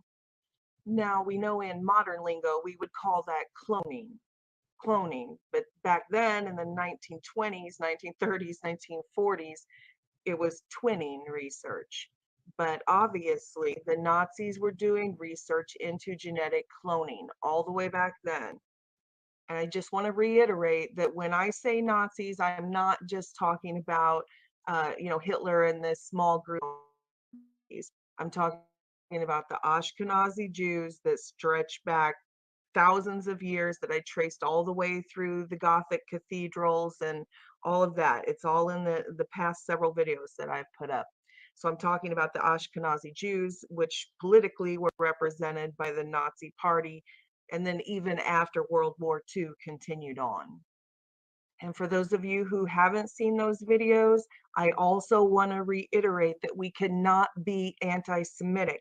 We cannot. These are not Jews. This is what the Bible says right here in the book of Revelation.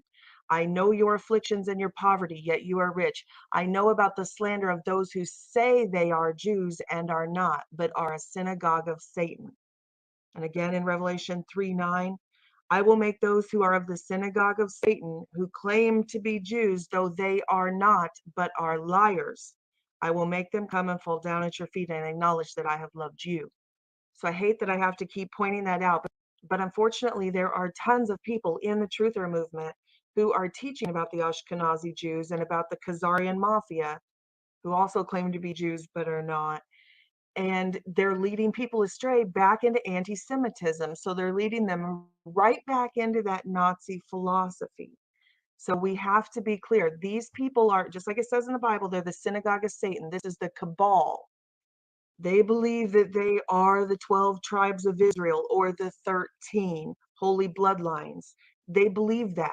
They believe that they have a birthright to rule over humankind as overlords.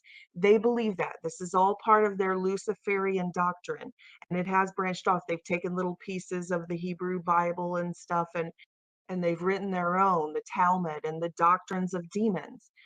And please don't get caught up in these other videos in the truther movement who aren't differentiating, and they're just saying, oh, the Jews are doing it, the Jews are doing it. That's the same exact thing that the Nazis said in their propaganda. So you can see the infiltration in the truth movement. They've come in because people are hot on the trail of the truth and they're sniffing it out, and they're traded, and they're bringing people right back under the Nazi agenda. Please don't let that happen to you. We are the Hebrews. We are the descendants of Adam. Humans. Humans are the Hebrews. The Gentiles are the Nephilim offspring.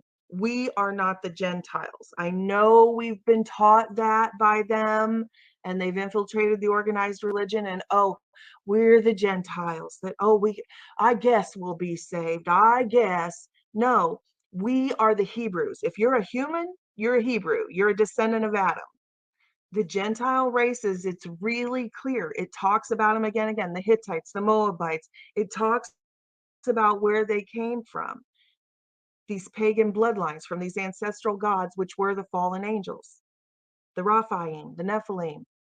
I mean, essentially, that's what the whole Bible is about. God trying to save his children, trying to stop the extinction of the human race. And the Bible records some bottlenecks in history, in world history, where the humans were almost extinct. Not just Noah, when the world got down to 8 humans, but it also talks about back in Abraham and Lot's time that he said the same thing. He was going to repopulate the earth from Abraham. And Abraham's Lot, remember when they escaped from Sodom and Gomorrah before it was destroyed? Lot's daughters actually said that they had to mate with their father because there were no humans left. There are none left, said. They got their father drunk so that both of those daughters could conceive children. Go back and read those verses that seem to make no sense. They flat out said, the daughters said they didn't want to do that. Who would want to do that? But they said there's none left. There are humans left. There's no one for us to have children with. Near extinction of the human race. Read the records of when Joseph's relatives came into Egypt to survive the famine. It said there were only 70 humans left. All of the Hebrews that were left combined were 70. It says the number in the Bible. And then it says when they went into Egypt, then they prospered and multiplied and built the human population up again to millions. And that's when the pharaohs are like, whoa, there's more of them than us. We need to stop this. Lady, Here's the verse right here. they were not only Pharaoh there, gave she his tripping. You orders see to shit, all his people. Every Lady, you know. Hebrew boy that is born, you must throw into the Nile, but let every girl live. And remember, that was the story of Moses. When he was a baby, they hid him away. They hid him away in that basket, and Pharaoh's daughter found him, and he was raised in Pharaoh's household. God set him up. He placed him inside that regime for a later time, for the deliverance of the human race from that slavery. But this is what we're seeing today. This assault on our boys, on our men, on the masculinity. They've effeminized our men. They've humiliated them. They've emasculated them. They're assailing them with everything. Chemicals, BPA, look up BPA plastic. For decades, they put it inside all of our canned goods as a lining, still is in a lot. And, all of our plastic dishes that we microwave, all of that affects the hormones of our boys. So they are under assault. Sperm counts are dropping as much as 52%. They're chemically castrating our men right in front of our faces. A strange thing has happened to men over the past few decades. We've become increasingly infertile, so much so that within a generation, we may lose the ability to reproduce entirely. What's causing this? Just Google it. There's a zillion articles on it. Everybody's just going on with their life while this assault on our men is almost complete. Assault on humanity as a whole And that's not counting the nanotechnology and the chemtrails. And they've destroyed the nuclear family unit. So the majority of boys are raised in fatherless homes, and they pick up the mannerisms of their mothers. They are effeminized. They're doing this on purpose. They're taking our warriors. They're taking our providers. They're taking our protectors. They're taking the heads of our household. They're doing this to humans on purpose. And they've always done it. This verse is from thousands and thousands of years ago. And they knew, get rid of the boys. That's how you destroy the human race. Get rid of the boys. They said, well, keep the girls because we can use them. And that was the breeding program. That was the hybridization program. If you go up into Exodus 1:19, it talks specifically about the way that the human women, could produce babies, but the Egyptian women had a lot of trouble because we know hybrids are barren and sterile. It's like Y'all hear this story being told backwards. Which is a mix Everybody between here a is horse not and a indoctrinated, donkey. and you guys So know the because truth, it's a right? hybrid, it comes out sterile and not able to reproduce itself. These were fail safes that were put in place in our DNA, and they're trying to circumvent them. That's what the whole Bible. I don't really know how you can understand the Bible unless you read it in the context of the archaeological record, which is reality. That's why Moses teach the humans something as remedial as the 10 commandments. Thou shalt not kill. Don't commit adultery. Don't steal. Don't worship these Nephilim gods. Because these humans were born into the Egyptian culture. They had been living amongst demon spawn their whole life. They had to be taught the very basics of morality. And here we are again. Here we are again, under the rule of this cabal, being taught everything and fallen angel worship and all of it. We're right back where we started from, enslaved to them again. So back to the Nazi twinning or cloning research. While we, the rest, are increasingly infertile, as well as them encouraging our descendants to have abortions and do exactly what the Egyptian Pharaoh was doing to the Hebrew children and all of their other ways of population control. While they're doing that to us, they are multiplying their own descendants. The number of twins that you see come out of Hollywood is inordinate, to say the least. And these are just the ones they show us, not the crazy stories that we hear are going on in the underground bases from My Lab whistleblowers and that type of thing. This is just what they show us to our faces. So people are noticing, here's an article, what's with the explosion in Hollywood? Everyone assumes it's due to IVF. So of course, Beyonce and Jay-Z had twins. Brad Pitt and Angelina Jolie had twins. Celine Dion, George Clooney and that had twins. And of course, we can't forget the face of the public royals, Kate Middleton, or now Prince William's wife, twins. Mila Kunis and Ashton Kutcher. Bonnie. Ooh, it's a miracle baby at 46. You'll see that a lot too. Tons of celebrities. Lopez twins. Julia Roberts twins. Sarah Jessica Parker and Matt twins. Mariah Carey had twins. Brooke Shields had twins. Robert De Niro had twin sons through in vitro fertilization. Dennis Quaid had twins. Angela Bassett had twins. But you get, while sperm counts are way down for the rest of us, the elitists are like hatching them by the litter and adopting tons of children. Nicole Kidman's adopted a bunch of kids. Angelina Jolie and Brad Pitt adopted several children. Hugh Jackman and this person here went through both IVF and ended up adopting children, 2 children they adopted. And don't get me wrong, of course, I think children is amazing. Giving children a wonderful home. I myself would love to adopt children if I wasn't already a single mom. I would love that. I think it's a fantastic thing. The issue is that so many of these people adopting these children then are transitioning them and transgendering them.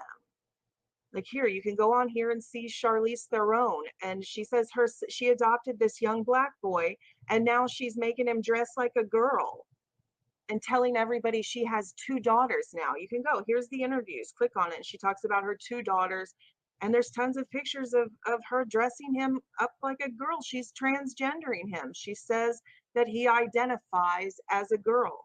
So here this white woman adopts these young black children and starts humiliating this little black boy. Where are the Black Lives on this? In my opinion, this is child abuse. And we see it with tons of celebrities. Here's Pink, big shocker, right? I mean, she's so feminine. Pink is raising her daughter gender neutral. Daughter, the picture, I'll leave it to you. Both of them. It's just so sad that they do this to their children and publicly. And again, I'm so tired of being gaslighted just for our eyes. When we say that they're transitioning their children and they're changing the gender of their children, doing it openly. It's like on the cover of magazines. This is some conspiracy theory. This was a little one of her twins. And starting when she was just a toddler, they started dressing her like a boy and transitioning her into a boy in the public eye. And there's no doubt that that's child abuse. These children haven't even gone through puberty yet. They don't have their hormones. They don't know. They can't make decisions. I mean, in fact, we won't even let a human get a driver's license until they're 16. They can't make those kind of decisions. They can't even buy a beer till they're 21. We don't think they're responsible enough to make those type of decisions, but they're telling us that these children are capable of making decisions for the rest of 3 years old, 5 years old, 7 years old. My son, between the ages of 4 and 6, he thought he was a robot. So I didn't go and start cutting body parts off and putting machine parts on him and be like, he identifies as a robot. I'm just being a good mom. No, they'd have locked me up because it's insanity. But yet these people are saying it's not insanity. Now my son pretends to be a dinosaur all the time. That's his thing. But I would never say, well, my son identifies as a dinosaur. That's who he's going to be for the rest of his life. And even when it just comes to sexuality, when I was in kindergarten, 1st grade, 2nd grade, I thought boys had cooties. All little kids are like that. Thank God my parents didn't say, oh, well, look, she's gay. We're going to start transitioning her to life. I never would have had my son if they would have robbed me of my identity just because when I was 6, 7, 8 years old, I thought boys had cooties. So this goes beyond bad parenting. This is child abuse. They're robbing these children of their human rights. This is sad, and it's not the choice of the child. It's the choice of the parent. They've made this transgender thing so hipster, right? So trendy. You're like the cool celebrities. You're fitting in with all this transgender stuff. And so this little child's being toted around like a Gucci purse. She's like, look at my transgender child. Well, this is not a Gucci purse. This is a little boy. This is a human being. Have we lost all touch with reality? This is an emergency. This is 911. Do you know the suicide rates of transgenders are like 40 to 50%? Suicide and in some successful suicide rates are above 40%. This reason alone, I would think psychiatrists would want to talk people out of functioning. 46% of trans men and 42% of trans women attempt suicide. This is from the Foundation for Suicide Prevention, Williams Institute. And in India, 31% of transgender people die from suicide. Michelle Cretella is the president of the American College of Pediatricians. She says, we're quoting now, transgender AI has infiltrated my field and produced large-scale child abuse, Rotella says doctors are encouraging parents to have their kids change genders when there's no evidence these changes are safe or even helpful. Dr. Rotella joins us now. Thank you very much. I'm glad to be. Important to say that everyone on both sides of this issue is concerned about finding loving, healthful for all children. Right. It's honestly, we at the American College of Pediatricians, and also I have many colleagues on the left, also insist solutions be rooted in reality. And transgender ideology is not. Sex is hardwired from before birth, and it cannot change. And that's why we'd actually called this child abuse, because by feeding children and families these lies, they're having their normal psychological development interrupted. They're being put on the puberty blockers, which essentially castrates them chemically, followed by surgical mutilation later on. This is child abuse. It's not healthcare. It's MK Ultra is what it is, ultra for the masses. And I'm sure some people were probably hear a doctor say that sex is hardwired because they've, been brainwashed for so long by this cult. But she is speaking medically. That's the truth. They've blurred the lines of logic so much that they've confused gender with sexual attraction. And those are two completely different things. It's confusing at all. It's really very simple. If you have same-sex attractions, that doesn't change your gender. People lust after lots of things. People desire lots of things, but that doesn't change anybody's gender. Peanut butter is not a gender. If you lust after money, you're not a dollar bill. It doesn't change your gender if you're a male or if you have same-sex attractions. That's sexual attraction. That doesn't change your X and Y chromosome. It does not change your biology. It does not change your genitalia. It does not change anything scientific, biological, or genetic about you. Sexual attraction is a completely different thing. Pedophiles who are sexually attracted to little babies, that has nothing to do with gender. There are men and women who have same-sex attractions to adults. That has nothing to do with gender. But see, they've blurred it all. They've lumped it all into this LGBTQ, LMNOP type thing. And that's why it's so dangerous. Because then these pseudo-psychiatrists, instead of discouraging people from destructive behavior, are encouraging this self-mutilation and destructive behavior. And then these people follow the advice of the cult and they end up transgendered and suicidal, because there was the end of the rainbow. They're still tormented souls, only now they're disillusioned and even more hopeless. And the official suicide rates reflect that. This is real. I'm not speaking from a religious perspective. I'm speaking from a scientific perspective. Those suicide rates are real. These people are being psychologically harmed by being encouraged into self-destructive behaviors. And as always, now the satanic cult has taken it to the next step through the legal process to make it illegal for counselors or psychiatrists or psychologists to even try to advise patients any other way than this self-destructive behavior. I did a video about it right here. Wake Up, It's Here, Antichrist Law to Ban the Bible in California. And they want to make it a crime to have any other perspective than their Luciferian androgynous cult beliefs.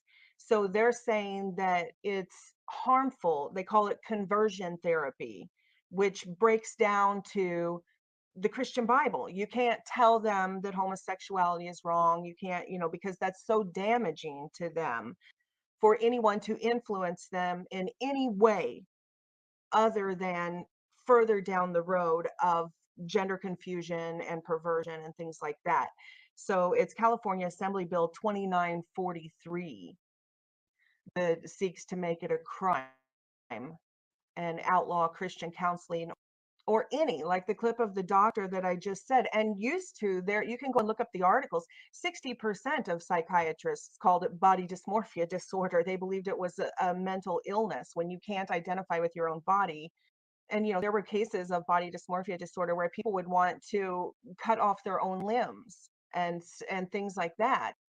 And clearly, any licensed professional could not encourage that because that would be insanity, right? To allow a patient to cut their arm off because they had body dysmorphia disorder, but they can encourage them to cut their penis off or their breasts off or, you know, any other body parts.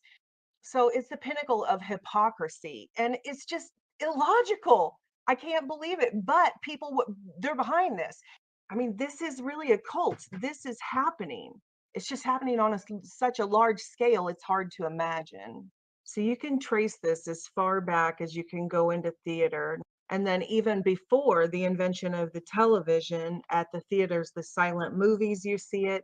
And then as we move into the old black and white movies, and then into the invention of television and so forth, it's just increased and increased and increased. And the use of these actors continued all the way up to the present time. The problem is, like I always talk about in my videos, they didn't have to put our eyes out to blind us. They blinded us with our minds. So if you think you're looking at a woman, you just, you know, you don't think about it. It just is. It is what they tell you it is. It's like my whole video series about the biggest secret hidden in plain sight, that you can see petrified fossils right in front of your face or a giant tree stump right in front of your face. You can see all of these things, evidence of the real world all around us, but we just don't see it because they told us it wasn't so. And up until the Great Awakening, people just believed what they were told. And it's especially hard to believe that our sex symbols that men have lusted after for generations could be men. I mean, men especially aren't going to want to admit that Katharine Hepburn could be a man. They might have been tricked into being attracted to a man, again, with the MK Ultra trauma-based mind control. It's traumatic for a God-fearing heterosexual man to admit that he might have been tricked into lusting after another man. But even if you can't admit that Katharine Hepburn, for example, could have possibly been a cross-dressing male or transvestite or transgender, you have to admit that they did at least use her in transgender films. In the 1935 film Sylvia Scarlett, Katharine Hepburn plays a transvestite man. In the film, she cuts all of her hair off. She decides she's going to be a man, and that it's a transgender movie. Look it up and watch it. I'm not making this up. And they introduced the first woman kissing woman lesbian act. This is still back in black and white movies when they were introducing this agenda. So it was long before we saw Madonna stick her tongue down Britney Spears' throat on stage at the music awards, or Christina Aguilera and Madonna making out in their underwear at the music awards. They started on the parents and the parents' parents decades and decades ago, a full generation or two ago. They started slowly normalizing this so that there wouldn't be an uproar when we got to this point where we are now, the externalization of the hierarchy. But even with this scene I'm about to show you right now, there was uproar in 1935. People walked out of the theaters. It really harmed her career. They had to do some damage control to bring it back around. I want to get it like Ronald Coleman. No. Oh, still now. Wait a minute. Like it Marvelous. I say, I wonder what it'd be like to kiss anybody with a mustache like that. I don't know. Let's try. And it's like they all end up, I mean, this is the one that's openly transgender, but the entire family just happens to be actors. This story of the dreamy-eyed person who gets on a bus and goes out to LA to become famous, that's just a story. These people are all from the same family. This is generational. This is nepotism. I mean, yes, there are lots of people who are waiters and waitresses in Hollywood getting bit parts and stuff like that. But it's naive to think that you're going to make it to the A-list without an initiation. And as hard as it is to believe, many of our sex symbols, the ones that to be sex goddesses, they are men. So I want to show you several examples. That first, I want to go through the anatomy, because there is actual anatomical differences between men and women that can help you see through the deception. And that's especially sinister. It's one thing to make decisions for yourself, but it's a complete different thing to deceive others. And these people have conspired together to deceive humanity. So let's go through a few of the ways that can help us identify the Decepticons. Now, again, this is science. This is reality, not conspiracy theory. If forensic scientists, forensic investigators find a body that all of the flesh and muscle, face, everything is gone, they can still identify whether it is a male or a female body because the bone structure is different. The pelvic region of the female has to be wider because a baby has to pass through there. See, a baby could never be born through this hip. And the bone structure coming down from the back actually goes all the way down in the male, and it's very short in the female. And you know, the tendons and the muscles are attached to this bone structure. So here's a typical example. I mean, these are incredibly fit humans, especially in this, day and age of fast food and GMO food and all of this stuff. But the point is there are differences between a male and a female, no matter what kind of clothes you put on them. And this shows those examples with flesh over the bone structure. So a man will have this right here. It's called the Adonis belt. Okay, you see a woman, no matter how skinny she gets, the actual muscle structure and how the tendons attached to the bones are different. So a male will have this Adonis belt structure, and the navel will be above the indentation of the waist. But you can see, so there's the indentation of the waist, and the navel will be above the Adonis belt. And on a female, if they're extremely thin and fit, then you can see it well, that the curve will go in right below the rib cage, and the navel will be below the waist. Navel below the waist, navel above the Adonis belt. Another would be the Adam's apple. Males have an Adam's apple and females do not. So that's usually a dead giveaway. Back when I was coming up, it was so rare, but when I lived out in California and you'd go over to the west side, you'd know who the tranny hookers were because they had Adam's apples. So, the elitists, they have lots of plastic surgery and stuff like that. So you don't see it all that often. For example, here are a couple of pictures from plastic surgeons' websites for advertisements about this transgender surgeries that they do. And you can see here, the Adam's apple here, they shave it down. They actually go in and shave it down. Now, that does grow back. The cartilage and everything does grow back. So you will see that in the celebrities over the years in between surgeries. And here's another one that just shows the extent they will go to. They literally grow the bones underneath the skin, because the brow ridge in a male is very pronounced and a female is more flat, like the sloping. And you can see here where that's been taken down. They've taken it down to feminize the face. They also round off these jaw bones because men have very angular jaw bones and women have more of a sloping, rounded style jawbone, typically speaking. And men, as they age, really fill in. If you look at a young boy, they have a very skinny face. And as they turn into a man and then through middle age and an older man, you'll see their faces really square out. They continue to fill out. So yeah, one of the plastic surgery things is to go in, actually shave down that jaw to feminize the face. And again, if you pay close attention to how a lot of these stars age, you will see that filling in, squaring of the jaw as they get older. So you won't see it 100% of the time, but in the regular population out in the bars and the clubs in California, you did see it. So this would be an example. Like this looks like a female, right? But the Adam's apple is a dead giveaway. And once the veil's removed from your eyes and you know what you're looking at, you'll see the Adam's apples. You'll see it.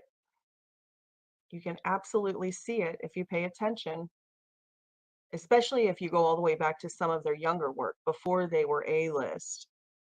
And you'll be able to see, like right here, it's pretty pronounced. You can see it there. It's less pronounced. You can, especially when they're laughing and stuff, is usually when you can catch it like that. You can see it's clear. And again, with the belt, the love handle, the Adonis belt structure. And you can see she's conscious of it, covering it. And make note of that when you see these types of impromptu pictures, because in all of their studio pictures, to make their bodies whatever they want them to look like. But when they're out in public, you'll notice they do this a lot. It's always hands on the hip, bending to one side so you can't see the boyish straight figure, all of that type of thing. This type of thing, covering the Adonis belt. Now, I'm not going to do a whole bunch of transvestigations in this video. There are tons of people doing that. Just type in transvestigation or transpocalypse now or something like that, and they go person by person. Some of the channels do a great job, others of them don't. So you'll just have to wade through it and look at the evidence. Like you can look at Cameron Diaz here and you can see the Adonis belt, and you can see again, it's that same old thing that you catch them doing when they're not there in the comfort of their studios with all of the airbrushing and professional photographers and photoshopping. If they get caught vacationing in the oceans around the world or whatever, then you'll see them do them around there. They know what they're hiding. They know what they're covering up. So, I mean, you'll have to make up your own mind. But when I see this straight up and down and the Adonis belt of the people they're parading in front of us, even with all of the shots that their parents gave them growing up and all of that, you still can't get rid of bone structure. And I know it's hard to believe. I mean, who wants to believe this? But all the makeup in the world doesn't change the fact that there is this structure, this solid sheet of muscle that goes all the way down to the groin, this Adonis belt. There's pink in a bikini. I mean, it's crystal clear. And Britney Spears is another one who has a really, really visible Adonis belt. If you know what you're looking for, go back now and watch her different dance routines and stuff when they don't have it camouflaged by higher waisted stuff. And when she has the low riders on and things like that, it's really, really apparent. I mean, look at that. If you just covered it up, it wasn't in a bikini, would you really think that's a female torso? Okay, that's enough of that. You get the point. You can go further with that if you want. I want to jump back to the breeding program, because they're enhancing these embryos in a lot of different ways besides transgender. There are programs creating super soldiers and interspecies hybrids and all types of things. Now, a lot of that is done. Okay, I just have to stop this right here. Y'all see this, right? What I told y'all about the nitrogen babies that's lit up by GMO sun, which is the radium, pure radium and nitrogen. I didn't even know she was going to have this in there. I literally watched about 15 minutes of this video. I saw she was exposing the transgender stuff, and I said, okay, this will fit into some of the stuff that I've been talking about, you know, with the things that are going on, with the fakeness, you know, showing you guys that these people are all actors and actresses. You know, they're playing multiple roles. You know, you think they're official or they're an actor, a singer, this or that. Most of these people are playing multiple roles. This is what they're doing. I keep telling you guys this. Now, look at this. Sure enough, confirmation. She's about to go into something, as you see, as soon as she pulled this up, talking about the embryos. What did it say? What to do with frozen embryos you won't use. These nitrogen radium babies. What have I been telling y'all? What I've been telling y'all. I didn't even know this was in this video. Man, come on. Look at this. When I say the truth and the light shall prevail, when you are seeking truth and honesty and righteousness and wanting to unveil or, remove the veil so that everything is revealed, the truth gonna come out, even when you ain't looking for it. In the underground bases, and it's not out in the open like the twinning with the celebrities. But many of the celebrities have publicly stated that they have embryos, frozen embryos still that they're not using. Think about that. These are already embryos, not sperms and eggs. These are babies. These are embryos, fertilized embryos, frozen, just in case they want to unfreeze them and create another human. Like here's an example where frozen embryos were used by the grandparents. Y'all thought I was making that shit up, didn't y'all? I bet y'all did. I bet y'all thought Sister Soul was making that up about those nitrogen radiant babies. These dead people's baby was born 4 years after they died. And here's a case of baby Emma being born after 24 years. In November of 2017, a baby was successfully born from an embryo frozen for 24 years. The longest period a viable embryo has ever been stored. Baby Emma is just one example of the amazing fertility solutions science has developed in just a few short years. Period. I mean, that at least has to make you think.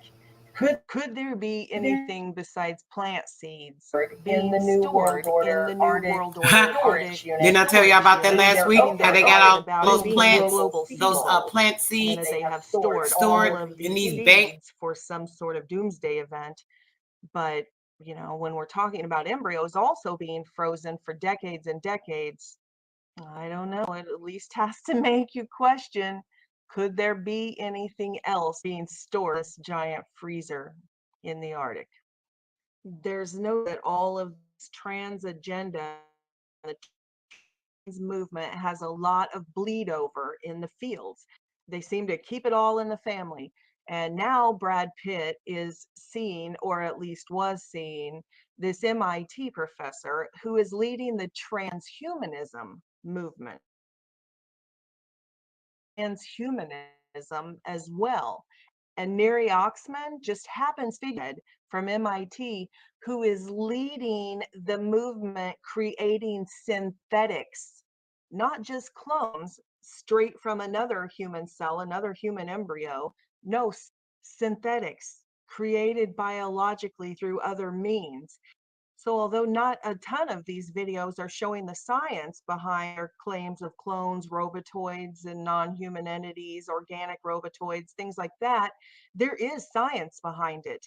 And when they say robotoids, she speaks openly in her TED Talk I'm about to play you about melding, about joining machines, with these organic synthetics that she and her team of scientists are creating. What I've been telling you about these transhumans. The split trying to make them y'all. An architect operating today between the and the gene and organism, between assembly and growth, in Henry Ford and Charles Darwin.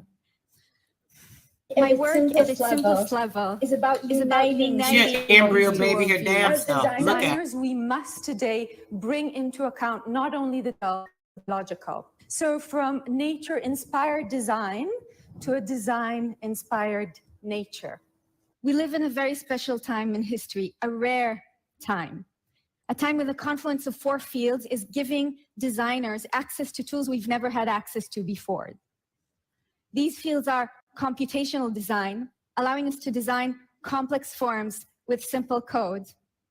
Additive manufacturing, letting us produce parts by adding material rather than carving it out. Materials engineering, which lets us design behavior of materials in high resolution. And synthetic biology, enabling us to design new biological This is crazy, right editing DNA. In our next project, we explore I knew about the transhumanism. I didn't know there was a whole company doing this shit. That's absurd. Together Completely with my absurd. long-term 3D printing collaborator, Stratasys, we 3D printed this cape and skirt with no seams between the cells. The designers have access to such high resolution, analytic and synthetic tools enables us to design products that fit not only the shape of our bodies, but also the physiological makeup of our tissues. But is nature? What would design be like if objects were made of a single part? Would we return to a better stage of? So we looked for that biblical material, that fruit-bearing, fruitery kind of material, and we found it. Together with our collaborators at Harvard and MIT, we embedded bacteria that were genetically engineered to rapidly capture carbon from the atmosphere and convert it into sugar. For the first time, we were able to generate structures that would seamlessly transition from to mesh, and if scaled even larger, to windows. To do that, we needed to contain bacteria and be able to control their flow. So like table, we came up with our own table of the elements, new life forms that were computationally grown, additively manufactured, and biologically augmented. In our first piece of clothing, we combined 2 microorganisms. Now, these 2 microorganisms never interact in nature. In fact, they never met each other. They've been here engineered for the time to have a relationship inside a piece of clothing. Think of it as not by natural selection. It started growing in body. So I can't think of anything more fun than wearing fake skin made out of living cells of E. coli. Hey, but that does bring to remembrance a lot of the reports of the whistleblowers talking about these quote unquote gray aliens, that they are essentially worker drones, that they are synthetics. And people always report them as, well, they're wearing these suits, these clothes, but it was more like skin. And they'll say things like, but you can't touch them because they'll make you sick. And a lot of that seems to make sense. Understand that they're bioengineering these synthetics using bacteria. Synthetic beings, bacteria, parasite is of the demonic nature. That it's never been joined with in natural circumstances. Doesn't that harken back to the disclosure that she's talking about right here, that they are admitting that they are making clothing, which is essentially synthetic skin, out of living cells? And not just skin, other organs too. In other presentations, she goes around on the circuit presenting this technology. She talks about creating organs. In this particular case, this system is inspired by the gastrointestinal tract to design a kind of artificial digestive system for the human body. So synthetics, clones, breeding programs, this all seems like too hard to believe, but it's true. They've been doing this for generations. Surely we haven't already forgotten about the Ravensborn program, where they were openly breeding children. So if we're wondering what all this is about, this is what it's about. We're creating a master race, a ruling class. And to do that, they needed to populate the world with their offspring. Continue. And if you guys remember, when we showed the video, when I showed the video about, I think at the beginning of our dissemination stage, right? The video showed you, they were saying, oh, we're killing all these blonde-haired, blue-eyed guys. Remember when I showed you the video, I said, look, guys, they were killing not these blonde-haired, blue-eyed guys. They had black hair. They were not these people. They said these were these created beings, the misfits that were not either following the rules, not going under their guidelines. Maybe something was going on. Maybe they made too much. I'm not sure. But there was something going on. We saw there was not one blonde-haired, blue-eyed victim in the bunch. And there were thousands of those people that they were putting in the, over in that quarry to get ready to bury them. I don't know if any of you guys remember that. Do you guys remember that when we watched the video from the Nazi documentary? It showed them putting the bodies over into the quarry hole so that they could bury them and burn them. There were like thousands of them. Not one blonde-haired, blue-eyed one. They were the experimental ones that they were getting rid of. And we see the master race, the ruling class, doing the same thing today. openly and hidden. And again, if you read their records and their own words in all of the different tentacles of the beast, you can see that it all goes together. Like here, okay, the Lebensborn program. Lebensborn means fountain of life. And they say they're trying to create this master race, which will be the man of the future and will rule the world. And we even call them the ruling class. That's what's weird. It's like we know it, but we're blinded to it at the same time. It's bizarre. I mean, that's mind control. And we all know about the Nazi UFO connection, but let's read on and take that on down the line so we can make sense of what we're seeing around us. The most promising future mothers of rulers of the world have been recognized: Scandinavian and Norwegians, the descendants of the old Vikings. They approximate the Aryan and therefore can donate to the Führer kids.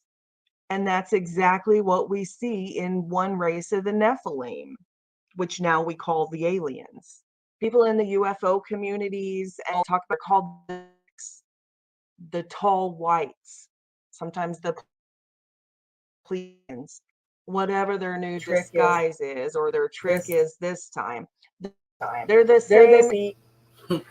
This might sound crazy, but you guys remember I played the video of the guy. I didn't show the video because I didn't want to get a strike, but I played the video. You guys heard the guy tell you that he was one of the tall whites.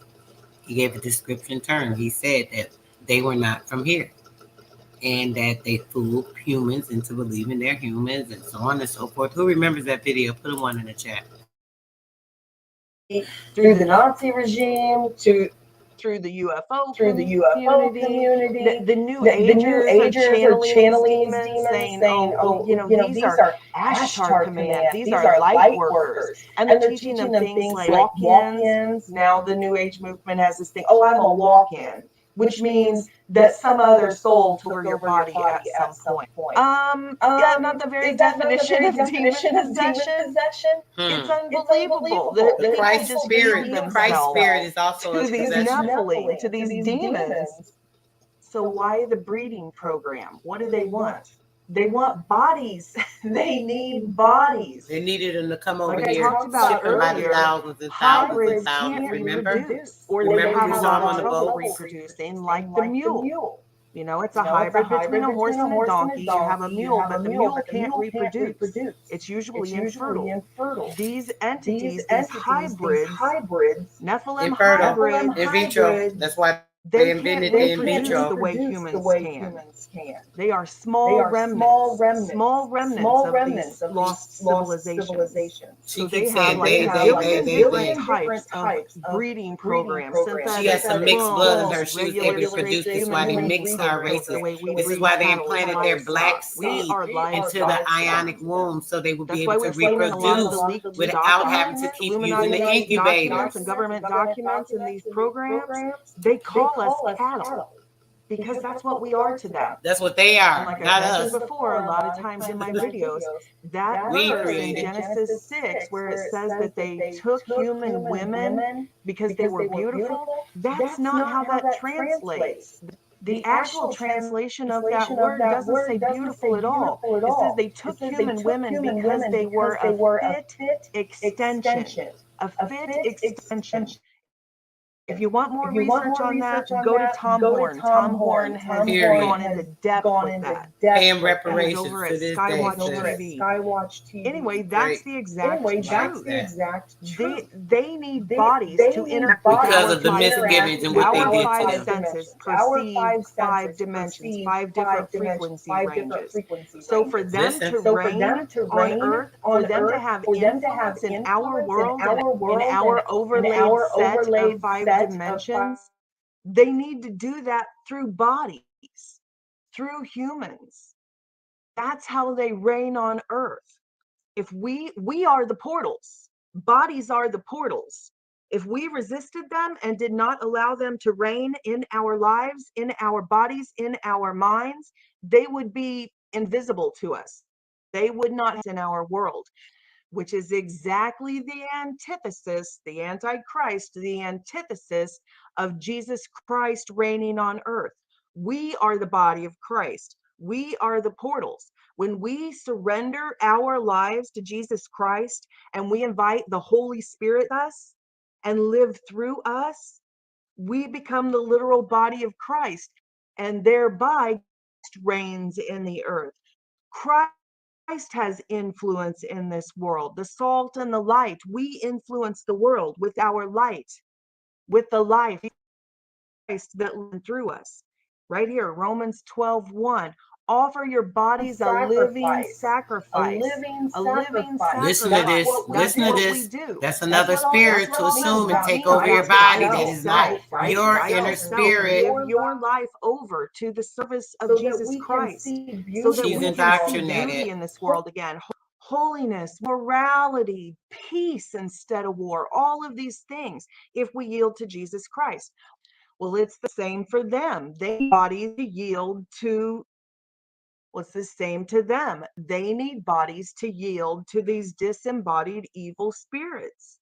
It's the armies of Antichrist. It's really very simple. And that's why they teach all of this perversion and even transhumanism. It's a sort of artificial reincarnation. They want to incarnate in these bodies, and they need people who will not resist that. We are the resistance, and they need bodies who won't resist that, because demons are evil, right? They want to come and do all of this perversion. That's what they want. They're demons. Look at the stories coming from the SRA victims, coming from the whistleblowers of MK Ultra and the SRA families and the Cabal families. Listen to the stories about the snuff films, like the son of Sam serial killer said he was making for elitists. Listen to what the MyLabs say go on in the underground bases, and not the scientific stuff. Stuff like Donald Marshall and the others say that they saw just the enjoyment of the most horrific things we could ever imagine as humans who don't take part in the underworld. The stories that come out of there, the torturous things and the hunting of people and the, just torture and bloodletting and everything.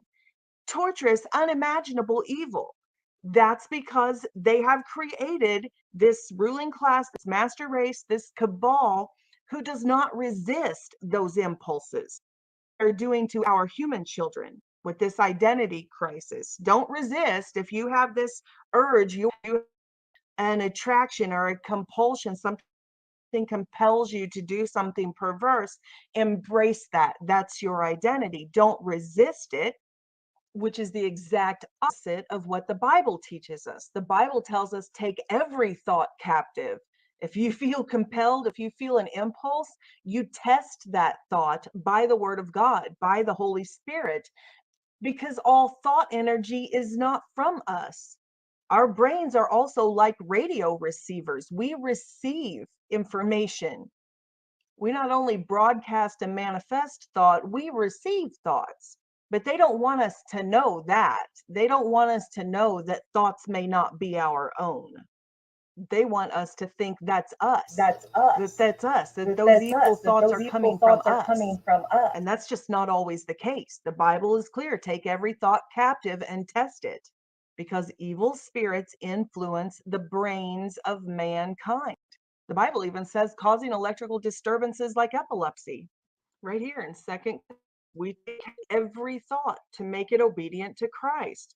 We demolish arguments and every pretension.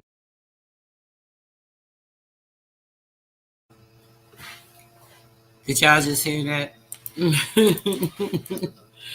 And she's still indoctrinated after reading it out loud her dang self. Lord, I can't get much more of that. Listen, guys, we done came up on 2.5 hours. I wanted to get this last video out because I postponed it twice. And I'm proud of myself. I don't have any more videos in my queue.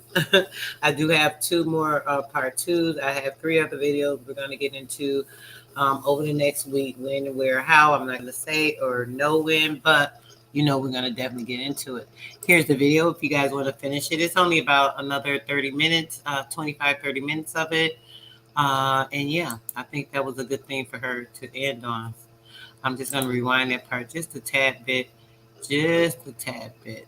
Just so y'all can hear that one more time.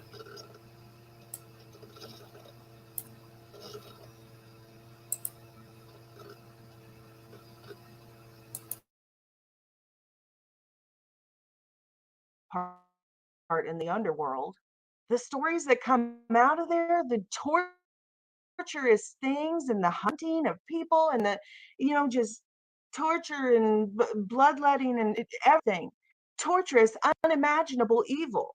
That's because they have created this ruling class, this master race, this cabal who does not resist those impulses.